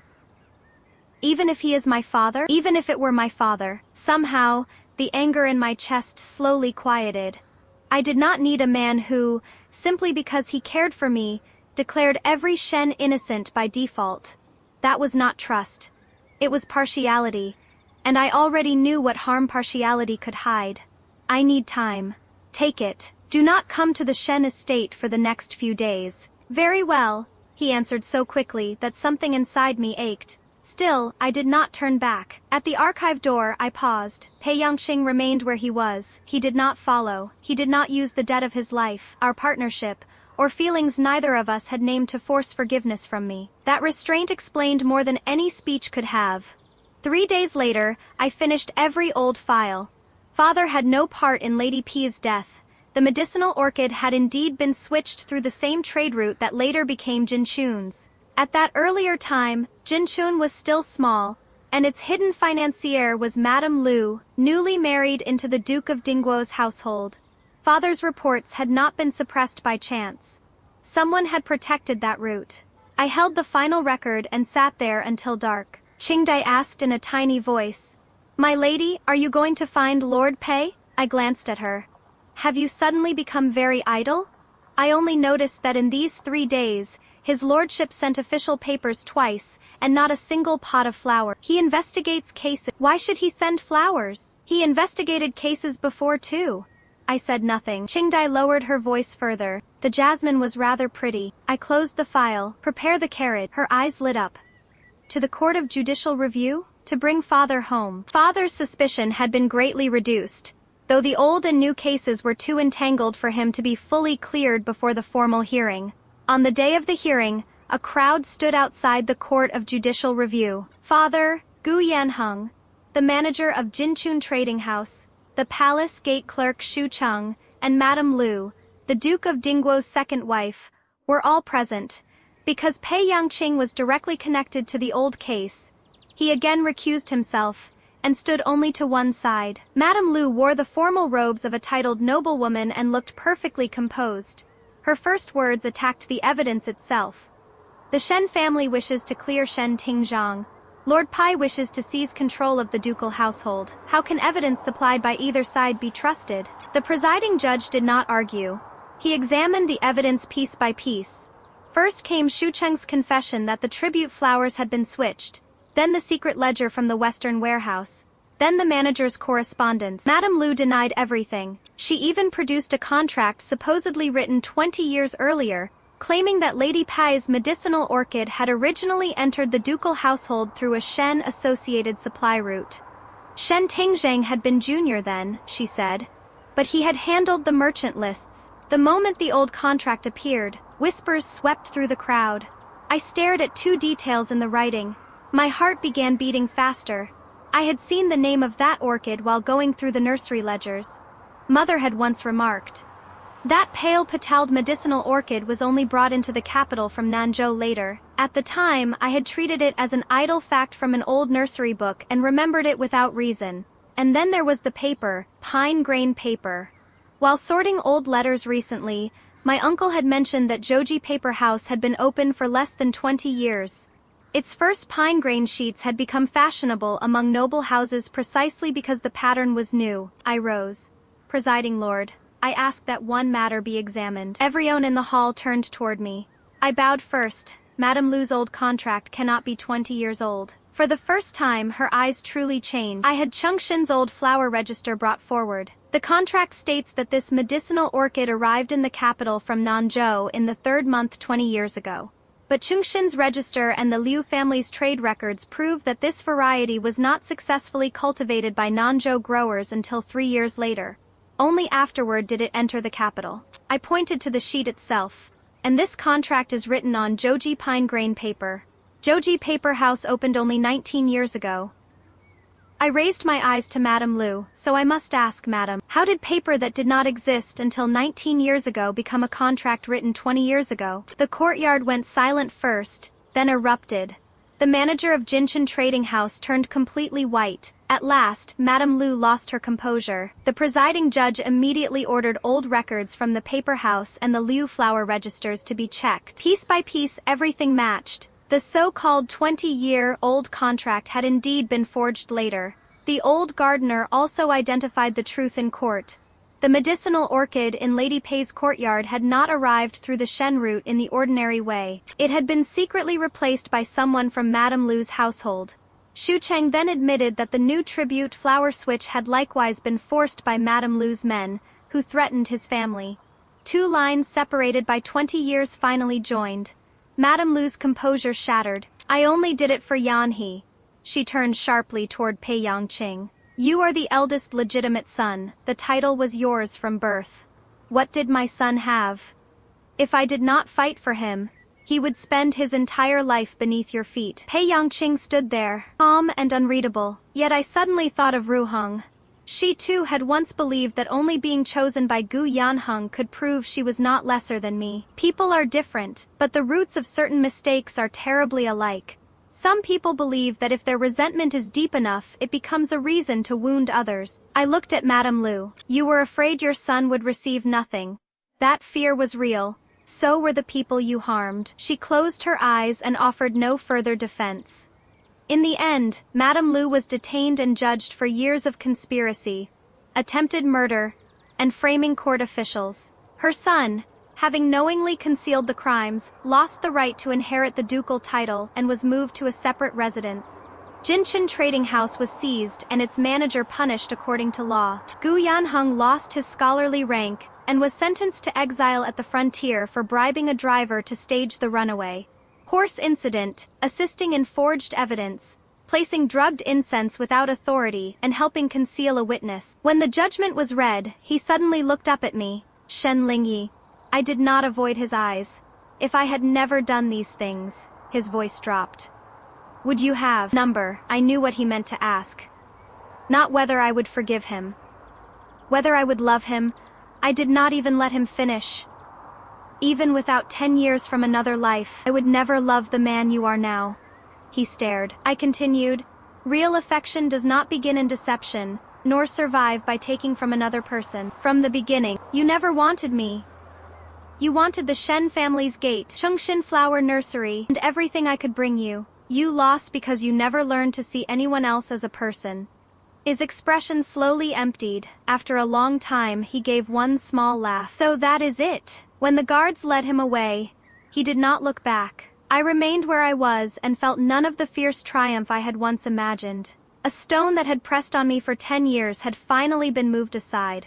Outside the court of judicial review, Mother and my brother came toward me first. Father emerged last. He stood below the steps and looked at me for a long time. Lingyi, you have grown. My nose suddenly stung. Your daughter caused father and mother too much worry before. Father did not know which part of the past I meant. He only patted my shoulder. From now on, do what you wish to do. I smiled down at the ground. Then I shall continue managing the nursery. Father, my brother laughed. Father, words spoken aloud cannot be taken back. Father glared at him. Mother laughed too. Our family stood outside the court of judicial review after a case that had nearly destroyed us, and somehow it felt like that morning in Pinecrane Hall. Father scolding my brother, mother laughing at both of them. Me in the middle. This time, not one person was missing. At dusk, Pei Yangqing escorted me home. When the carriage stopped before the Shen gate, he took out the black iron token. The first time I gave this to you, it was because I owed you my life. I looked at him. And this time, I want you to know something. My road, my household, and whatever comes after this, I do not intend to hide them from you. I did not take it. What if I am still afraid of marriage? He was silent for one breath. Then we do not marry. I looked up. My lord does not fear being laughed at for wanting what he cannot have. There are many people in the world who want what they cannot have.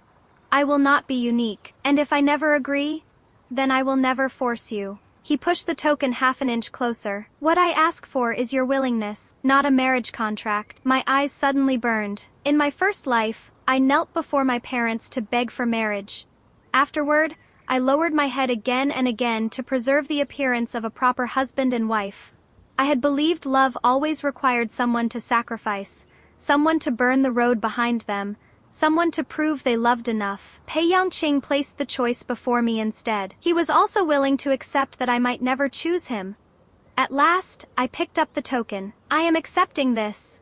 I am not accepting a marriage. I know. You may not mention marriage for 3 months. No matchmakers testing my mood. Read. And you are not allowed to persuade Qingdai to speak well of you. Outside the door, where she was very obviously eavesdropping, Qingdai, Pei Yangqing actually nodded with solemn seriousness. Read. I looked at the grave expression, as though he were sealing a state treaty on his face, and burst out laughing. So this was what it felt like when someone treated your boundaries as real. 3 months passed, and Pei Yangqing did not mention marriage once.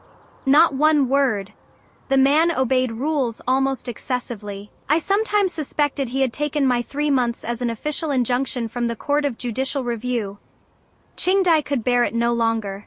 My lady, it has been 3 months and 7 days. And, nothing. She sighed while sorting accounts beside me. I only think Lord Petty looks rather pitiful obeying rules this carefully. I looked up. Whose side are you on? Yours, of course. Then why the sigh? For the poor Jasmine he is nearly killing. Chengxin Flower Nursery was now entirely stable. Mother formally transferred 30% of the business into my name. Not as dowry, as my own property. When she said it, I was stunned for a long time. In my first life, the word dowry had eventually become marital property in Gu Yanheng's mouth. This time, Mother made the deed perfectly clear. Sole property of Shen Lingyi, unrelated to marriage. I held the document without speaking. Mother stroked my hair. I used to think that if I prepared enough for you, you would live well after marriage. Later I learned that giving you more matters less than teaching you how to hold what is yours. I hugged her. So Mother is no longer afraid people will say I smell of copper? Your uncle is right. Anyone offended by the smell of money may first repay what he owes the Liu family. I laughed into her shoulder. My brother Shen Shuyuan had also entered the Hanlin Academy. Whenever he came home on leave, his first act was to visit my accounting room for pastries. Only then did he remember to greet our parents. I caught him twice. By the third time, he had learned to accuse the victim first. Lingyi, why would you hide pear, blossom cakes behind ledgers? It is my accounting room. Exactly, I came to help you inspect the accounts. With a pastry in your hand. Scholars require nourishment for the mind. Get out. Pine Crane Hall remained noisy every day. Father still wore a stern face. Mother still laughed behind her hand. Sometimes I woke in the middle of the night and lay still for a long while. Then I would hear the night patrol outside and smell flowers by the window, and know I had truly walked out of that fire. Ruheng went to Jiangnan. She was not sent away. She asked my uncle herself if she could study incense making under the Liu family's old craftsman. Before leaving, she came to see me. We sat across a table in silence for a long time. She spoke first. Elder sister.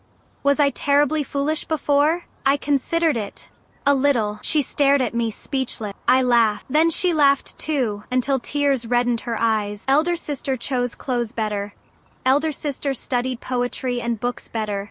Uncle praised you. Grandmother praised you. When Gu Yanheng first looked at me, I truly thought, at last someone had seen me before seeing you. I did not interrupt. She looked down at, so when he asked me for help, I knew it was improper and still agreed. I even thought that if he truly liked me more, perhaps it meant I had finally beaten you at something. My heart ached faintly. Ruheng.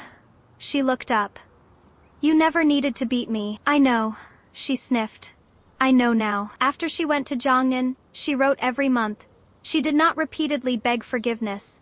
She simply told me what incense she had learned, what flowers she had seen, and which osmanthus turned bitter if dried too long. Half a year later, one letter contained a line. Elder sister. I used to think being chosen by a man would prove I mattered more than someone else. Now I understand that a life truly belonging to me does not need to defeat anyone. I replied with 6 Chinese characters. Jiangnan is rainy. Dress warmly. Qingdai shook her head over the letter. My lady, you are very sparing with ink. Ink costs money. Wealth is all the more reason not to waste it. I said it with perfect conviction. On the 3rd day of the 3rd month the following year, Pei Yangqing finally sent a card. No matchmaker. No gift list. Only one sentence. On the 3rd day of the 3rd month, will you walk the flower fair with me? I held the card for a long time. 10 years earlier, I had thought the flower fair was the gate through which destiny entered. For the 10 years after, I treated that street as the beginning of my life's nightmare. Now the invitation was only a few simple words. Walk the flower fair together. Qingdai stood nearby pretending not to watch me. What will you wear tomorrow? Who said I am going? You are not? I was silent. She immediately reached for the card. Then this servant will send a refusal. I slapped a hand over it. Qingdai looked up. My face remained blank. The pomegranate, red dress. At last she smiled. Before leaving the next day, I stood before the mirror for a long while. Not from fear. Only from a strange sense of unreality. During the year, I had walked through many places. The Court of Judicial Review, Chungxin, the Western Quarter, the Ministry of Rights, the Liu trading houses, yet I had never crossed that stone bridge again. Pei Yangqing waited outside the Shen estate. No splendid carriage stood behind him, only 2 horses. I looked at him. Are we not going to the flower fair? The southern market will be crowded. A carriage would be slow. My lord is certain he wishes me to ride. I took the reins and swung into the saddle. Who said I cannot? Amusement appeared in his eyes. We rode side by side to the edge of the southern market, then dismounted and walked.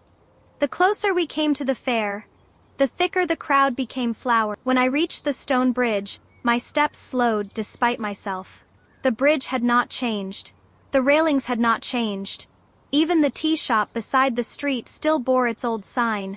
Only the faces were different. I stood there as the past flashed before me, a carriage out of control. People screaming. Gu Yanheng rushing forward. My hand reaching toward him. I had made that single scene too enormous in my memory. So enormous that I mistook it for heaven's decree. Pei Yangqing stopped beside me. He asked nothing and did not urge me on. I looked across the bridge and suddenly took one step forward, then another. At the center, the breeze lifted the edge of my skirt. I stopped. Pei Yangqing! I began to laugh. It is only a street. He looked at me for a moment. It always was. My eyes warmed. Yes. I had once turned it into the gate of fate, walking it again. I finally understood that what we call destiny is often only a choice someone makes at a certain moment. Chungshin's new shop stood at the far end of the flower fair.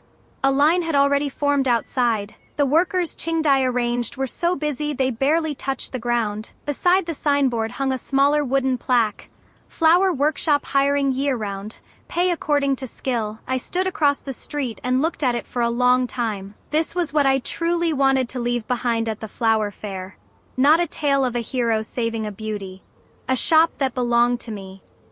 Pei Yangqing suddenly stopped beside a stall selling white agarwood blossoms. The vendor called cheerfully, "Young master, buying flowers." He nodded. The vendor grinned. "For the woman in your heart?" Pei Yangqing looked at me. "I have not won her yet." I nearly choked. The vendor immediately grew serious. "Then you had better buy the finest one." Pei Yangqing chose with absurd care before finally taking one pale blossom and offering it to me. "Lady Shen." "What? Will you allow me to accompany you while you look at flowers today?" I accepted it. "Only today?" He froze. I lifted a brow. Is the deputy minister of the Court of Judicial Review not usually rather clever? At last understanding reached him, his mouth slowly curved. "If you do not tire of me, I will come every year." I looked down at the flower, and the marriage, his entire body visibly paused. "Have the 3 months passed?" I asked innocently. "By 7 days." Pei Yangqing drew a folded paper from his sleeve. I opened it. Not a betrothal document, a premarital covenant. First, Chungshin Flower Nursery and all property registered under Shen Lingyi shall remain Shen Lingyi's sole property. Second, after marriage, she may continue to manage her businesses freely, and the Duke's household shall not interfere in its own name. Third, both sets of parents shall be supported by husband and wife together. Fourth, major household matters shall be decided jointly. Fifth, neither party may use rank, favors, reputation, or obligation to coerce the other. At the bottom was one final line in handwriting, obviously different from the rest. If Pei Yangqing breaks this covenant, Shen Lingyi may leave with all property belonging to her, and Pei Yangqing shall not obstruct her. I stared at it for a while. Who wrote the last clause? Pei Yangqing was silent. "Your father." I could almost see father adding it with a stern face. "And you agree?" "Why would I not?" He looked at me, his voice very quiet. "Not because I wish to shut you inside the Duke's estate." My eyes filled at once. The marriage document in my first life had spoken of husband and wife as one. After I entered the Guyu household, everything that belonged to me became ours. Yet Guyan hangs off. Secrets and choices never became mine. This time, someone wrote my road of retreat first, and only then asked whether I wished to step forward. Holding the covenant, I deliberately said, "My lord is very poor at bargaining. I do not conduct business." Then proprietor Shen must teach me. For once, there was a trace of nervousness in his face. So Pei Yangqing could be nervous. The discovery made my heart suddenly light. "Very well." He looked as though he had misheard. "What?" I said. "Very well." "The marriage." I finally laughed aloud. People moved around us. The flower fair was as lively as ever, but for the first time I understood it was no different from any other street. It did not decide whom anyone ought to love. It did not decide whom anyone ought to marry. It certainly did not decide which road a woman must walk for the rest of her life. When we later married, there was no procession stretching 10 li and no spectacle that shook the entire capital. I brought my own clothes, books, and ledgers. I continued to manage Chungshin. Pei Yangqing's study was almost always brightened by flowers from the Four Seasons flower letter. When he worked on cases late into the night, I read accounts at another table. Some evenings we barely spoke. Yet whenever either of us looked up, the other was there. Father once asked me, "Do you regret not going to the flower fair that year?" I thought for a long time. He nodded. Then I added, "But not because I avoided Guyanheng." Father looked at me. I glanced out the window. Pei Yangqing was standing beside a flower rack, clumsily clipping dead leaves from a pot of jasmine. I could not help smiling, because that was the first day I made a choice for myself. In my first life, I went to the flower fair and lost 10 years to one man. In this life, I stayed away. At first, I believed that absence had saved me. Later, I understood that it had not. What saved me was what began that day. I stopped handing myself over to something called fate. I learned to investigate a meeting before calling it destiny. I learned to protect a family business. I learned to bear the cost of my own choices, and when someone held out a hand, I learned to look clearly into his eyes before deciding whether to take it. Another third day of the third month came. Pei Yangqing and I entered the flower fair again. The street was still packed shoulder to shoulder, full of horse bells, vendors' cries, and the scent of flowers. I could no longer remember where Gu Yanheng had once stood. The pain I had believed impossible to escape had slowly been covered by new memories. Pei Yangqing asked, "What flowers do you want to see this year?" I looked toward the far end of the long street. Spring light was bright, thousands of blossoms moving in the wind. I took his hand, all of them. This time, I had simply come to see the flower. Ah, my friends, let us talk about the difference between a coincidence and a snare. Shen Lingyi's first life was built on a stack of beautiful accidents: a runaway horse, a brave young scholar who happened to be standing by the bridge, a flower he happened to pick because it suited her, a poem he happened to write that matched her heart. She called it fate. She called it destiny. She knelt before her parents and begged to marry the hand that heaven had offered her. But here is the truth that took her 10 years and one fire to learn. Gu Yanheng did not meet her by chance. He bought knowledge of her habits from bribed servants, drugged the horse, and waited at the bridge with a script already written in his head. Every coincidence was a calculation. Every shared taste was stolen from gossip. He never loved Shen Lingyi. He loved the gate, the nursery, the connections, and the dowry she could carry into his life. And when she had nothing left to give, he did not even have the decency to open the door. Now look at Pei Yangqing. He never pretends to have stumbled into her life by accident. He tells her plainly, "I was investigating your family before I ever met you. I suspected the Shen name. For a time both the case and the woman mattered to me." That is not a romantic confession. It is the rarest thing a man can offer a woman who has been deceived. An honest map of his own intentions. Even the ugly parts. He does not hide his self-interest behind flowers and moonlight. He gives her the archive key and says, "Read it all. If your father is guilty, the law must judge him. Even if it were my father." That is the difference. A man who loves you will not build your entire relationship on a lie and call it destiny. A man who respects you will not lock the evidence in a study you are forbidden to enter. When Shen Lingyi finally walked across that stone bridge a second time, she said something that should be carved above every door in every unhappy marriage. It is only a street so often. What we call fate is simply a choice someone else made for us while we were too trusting to look at their hands. The flower fair did not decide Shen Lingyi's life. The horse did not decide it. And the moment she stopped treating his choices as heaven's will, she was free to make her own. That is the real second chance.